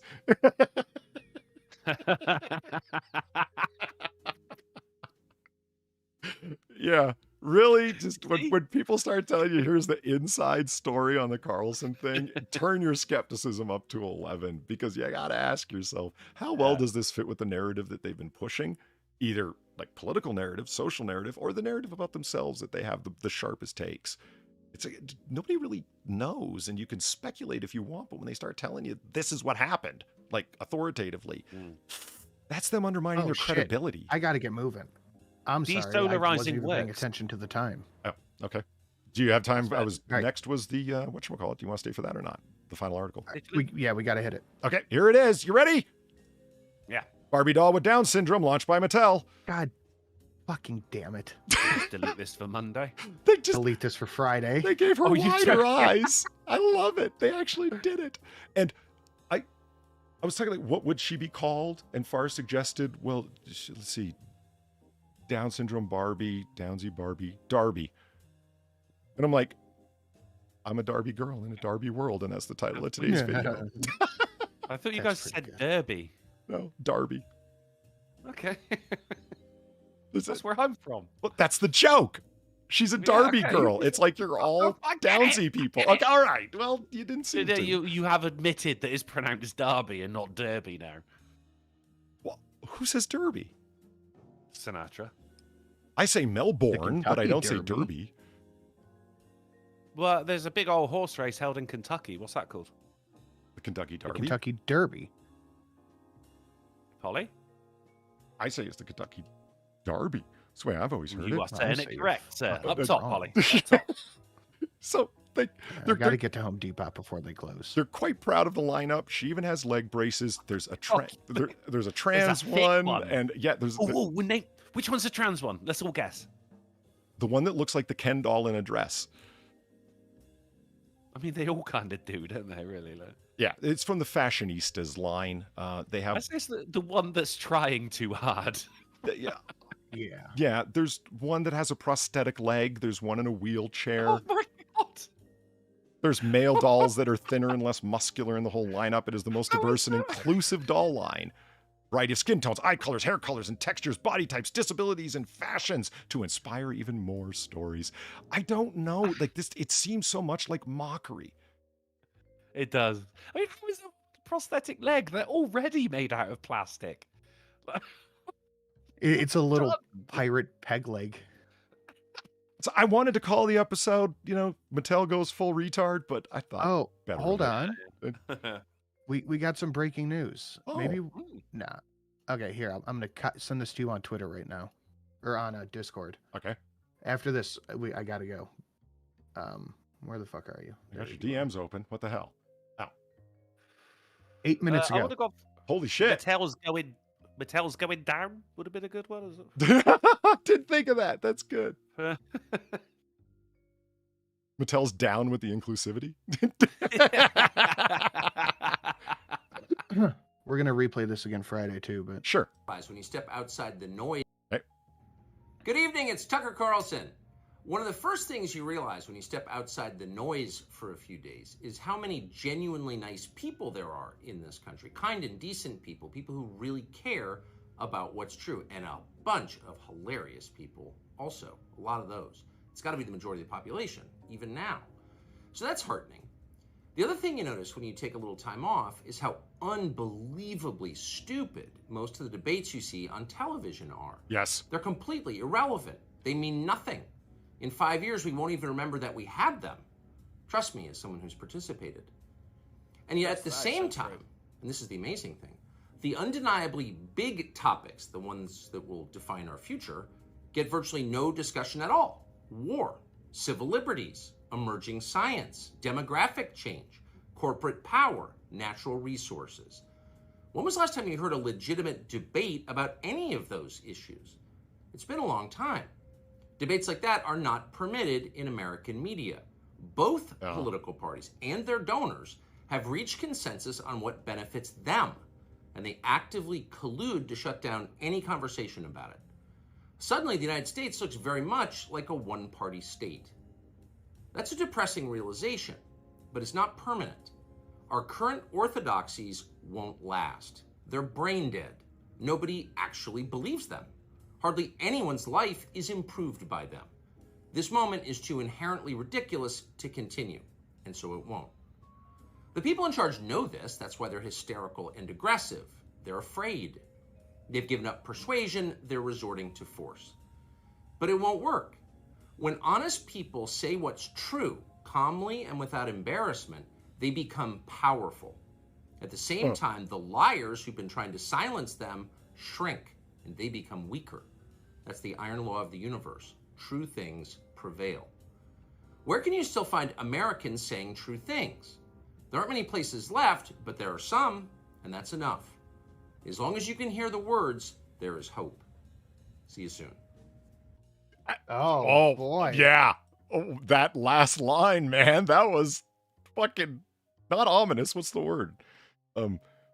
Promising? Yeah, there was did you see the smile? There was a touch of irreverence and fuck you and threat to it. Do you know what I mean? See you soon. Oh yeah. You know, it's Just, yeah. Show us one or two replies to that real quick. Oh yeah, sure. Good to see you. Right. Pretty positive. Cool. Tucker's the goat. Thank you for everything that you're doing for this country. Going to start your own network? Yes, sir. I would be careful. Yeah. What is the point? I mean, speculation is go independent. Good evening. Good to see you. That's funny. That's how you get fired on your day off. We should ask the newly minted Starbucks barista. I love how some news, entertainment mags, rags, like whether because Vanity Fair did one, what the ousting of Tucker Carlson and Don Lemon says about news media today, and it's like you can't. There's no, there's no comparison. No, you can't. There's nothing. And I just want to remind everybody again that this app, this website is free. It's amazing. Which app is that? Twitter. Oh, Twitter's free. That is streamlabs.com, Polydub. /Twitter_dub. All right. I got to get going. All right. Boys, Thanks good for hanging show. around for the extra time, man. Appreciate it. Drunk and I are just going to wrap up. So by all means, get off before it closes. And we will see you on Friday on your channel. Yep. I'll see y'all Friday. All right. 4:30 Central, 5:30 on a progressive silent. He's gone. He's gone. Okay. Yeah. But, hold on. Are you going to get rid of his stupid little head? Just did. If it's just me and you? Yeah. There it is. It's the adorable Otter in a little noir suit and the creepy high-def drunkle. Okay. You chose to do that. I had to. You didn't have to. Like, once it was there, I saw it. I knew it needed to happen. I saw it. I immediately unsaw it. I saw it. I was like, I know what I need to do. Why are there 4 plates on the table, by the way? Well, there are 4 seats around. Yeah, them. okay. Seating seats. Yeah. Seat. I was going to say seating places or whatever. I mean, there's 5 seating seats. Oh well, the thing that you're on is not a seating seat. It's Well, I don't even get to sit on a seating seat. No, you're extended upon the lavish and comfortable quilted couch. Can you move me into the center? I want to stretch out if it's just me. If it's just Honker and the waffle. Right. You want a little bit more room for your head? Is that it? A little bit. I don't want to say leg room because. Yeah, fair enough. You know. Yeah. There you go. You got the whole thing to yourself now. I appreciate that. Thank you. Yeah. I mean, I'd put you there for a footstool, but my legs can't reach. Well, neither can mine. Actually, I mean, I just asked you to put me in a stand. I'm just trying to edge a little bit closer to the latest ever to a stream cup in the corner, which I'm just gradually trying to steal off of you. I've said it before and I'll say it again. That's like an NFT, man. There's only one. It's stored off in my Stream Elements folder for AAA. you ever start a stream later than I did, the Yeah. cup is yours. I don't Mate, own it. I love that it's you know, it's humble, it's understated. It's like the Holy Grail from Indiana Jones. Not part of the background. That is a true separate element, guys. And it's yeah. it's- As it should be. Yeah. It's not owned by any of us. It's owned by everyone. there's something that I don't think Far would mind me revealing this. I just won't put out too many details. If you guys know, it's not Video Game Maker. What's it called? It's a game more or less, but really an app that you can buy on Steam. RPG Maker, where you can make your own Metroidvania game if you want, and it has the look of, first run Zelda games, top down Dragon Warrior style games where it's all based on grid patterns. You know the kind of games I'm talking about, Drunkle. So why don't tell me I know? I assumed you did, so it wasn't instruction, it was a declaration. It sounded just a little bit authoritative and fucking. Hey, I'm in the center of the couch now, all right? Did you? Show me some respect. Do you know what I'm talking about? The games? Yeah. No, I do. You yeah. motherfucker. That one I will accept. Sent a DM about Streamlabs. It might be me. Not sure though. Into it. I've determined to figure out why Streamlabs isn't willing to accept credit cards. Uncle? Oh, let me know when you find out. Yeah, I am sincerely interested in this bizarreness because it says that one should be able to, that I should be able to, but yet can't, and I don't understand why. I thought it was on there. I mean, but you know. I did the same thing as well, and it said that brilliant, you've done it. I just assumed it was Anglophobia. But that's not me. No, it is you with the anti-British sentiment. But you think they would have Happens given a it lot, to me actually. sooner because they were in support of my Anglophobia. Well, yeah, but then, you're still going to get it sooner, but then I'm still going to get it later than you because of my... I don't have it at all, man. Anglophilia? Anyway, I plan on looking into it, but Far created a game based on Noir Bar. Oh, no way. Yeah, out of RPG Maker. I had no idea how much weirdo lore we had created over there. That it's all incorporated. Like one of the key things that you're not going around getting coins or whatever it is to power up, level up. That's not the quest that you're on. It's to collect juice boxes, because it was Far leaving the juice boxes behind during time travel that warped the entire space-time continuum. And so the idea is that you're going around, your character's a little otter that moves around in the Noir Bar world. The detail of it is amazing. I want to do something like incredible with it because of the amount of detail she put into it. It's so hilarious. Sounds awesome. Yeah. It made me think, why haven't more people done clever things with this? It's creative girl. So there it is. Drunkle, what are you doing after the show? Well, I'm actually, I've got work tomorrow. I've got work in the morning. I'm very, very tired. It was the aim to stream. I was gonna. We completed XCOM and the world was saved, and it was gonna be Wizarding Wednesday. But I ain't got the energy, dude. Plus, I've got to go and fucking chop up this fucking 2/3 of a pig, which I now own. Yeah, right. Forgot about that. Distributed out to people tomorrow in order for it to be frozen. So that's going to take best part of an hour. By the time I finish that, it's going to be very, very close to 3 a.m. and certainly not stream o'clock. So I'm afraid I will not be around tonight, but I will be around tomorrow. Go fuck yourself has this actually reasonable suggestion. Why don't you stream it on Twitch? Stream it on Twitch. Butchering your Oh no, your you hog. said go fuck yourself. You just said go fuck yourself when I said no, I won't. Yeah, no, that's it. Send me a link. I'll get on it. As long as there's no poly words. What do you mean send me a link? I'm saying you should go on your Twitch channel and stream you butchering a hog. Yeah, and I thought you meant your game. No. Go fuck yourself. And chat said you should stream it on Twitch, Drunkle. I think you should. Oh, I don't have a camera. You don't? No. Oh. Well, that was... I'm very much an audio kind of guy. Yeah. With a face for radio, so we all understand. Yeah. I've got a fucking voice for deaf people. That my hands are all jacked up as well because I got psoriasis from anxiety. Like you don't want to see these hands, man. I look like fucking Deadpool. But you're chopping up a pig. You can go ahead and put on blue nitrile gloves. It'll be fine. Or just cover myself in bacon. Bacon gloves. I'd watch it. Bacon.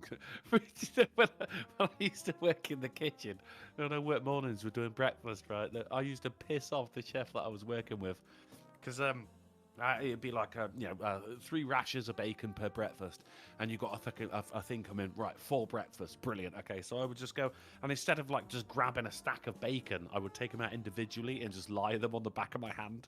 So then then they were already let out, so I could put them individually on the grill. But as I was going up to the grill, I go, oh, bacon hands, and it really, really pissed him. He threw a steak knife at me. It really, really pissed him off. Did you say it like Boris Karloff, like that? Bacon hands. Bacon hands. Yeah, I had loads of things. I mean, you talk about the lore from Noir Bar, even the lore from AAA, but this shit goes way back. I used to work curry nights at the Weatherspoons, and there was a curry called Rogan Josh, and I turned it into a big story about a crime-solving cowboy duo, Rogan and Josh. Josh was the name of the horse. Oh. Naturally. There was a song. Dexter Puppet Breaks. It's top-down Zelda, Metroidvania, and RPGs are separate genres, you boomer. Now, I will have you know that I played Dragon Warrior back in the day, and I played Zelda back in the day, and they absolutely qualify as RPGs, and they are top-down games. So, while I may have, you're right, incorrectly mixed Metroidvania, top-down games can definitely be RPGs. I mean, you got hit points, you collect gold, you level up, you have to collect experience points, you got to grind the game. Like what? That's an RPG. As long as you can kill innocent characters, yeah, I'm down with you.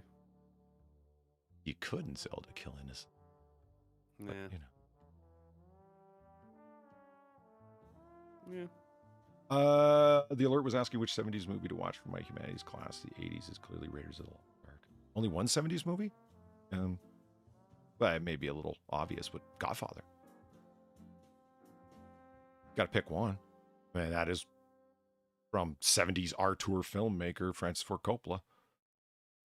Oh. If it were up to me personally, Martin Scorsese's Taxi Driver. Go edgy. Fuck yeah.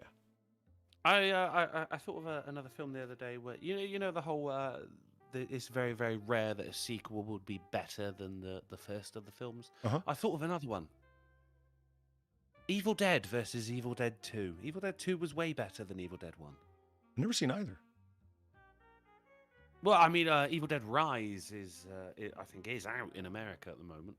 But they made it serious again. Evil Dead 1, scary film, cabin in the woods. Rah. But then Evil Dead 2 was a direct parody of Evil Dead 1. And it was so successful that they made a sequel to it, but not the original. So now they come out with Evil Dead Rise, which is the same thing, but in a high-rise building. And immediately I saw the trailer for that and went, does that mean they're going to do a parody of this one? And I hope they do.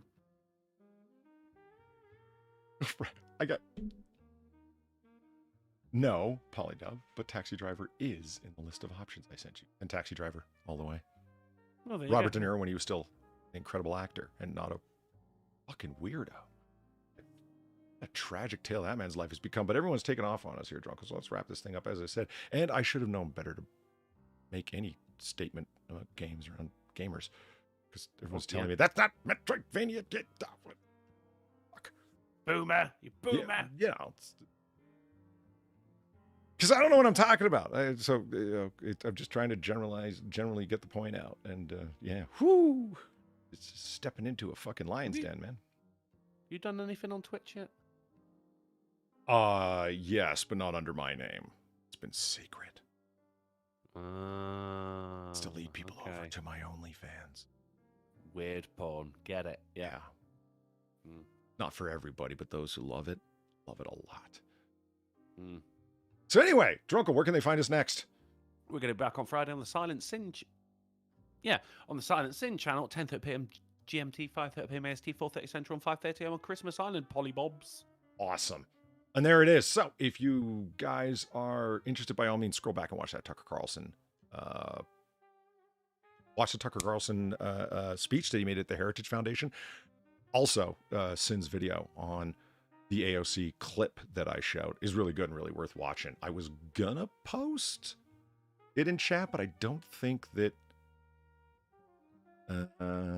he wants that linkage just because I am the toxic, right? So he doesn't want the connection with me, man. So I didn't want to post his links over here. But by all means, it's over on the Silent Sin. It's a video that's definitely worth watching. So you should check that out immediately afterwards. If you're still looking for more content. And Nurse Khaleesi, no, I don't have an OnlyFans. Dems was jokes. All right, everybody. Thank you very much for coming and hanging out with us and putting up with our, well, inimitable unicorn brand of comedy that you can find here and only here. Your donations are greatly appreciated. They are extremely helpful. So we will see you over on Notch's channel on Friday. And until then, have a good night, everyone. Bacon hands. And don't start fights over your baby daddy. You never know when it's going to result in multiple automobile wrecks and shit. Do it, but as long as you can win. And don't disagree with women with bright green hair and all gray bodysuits. Doesn't that speak for itself? Hands. Play the thing. I am.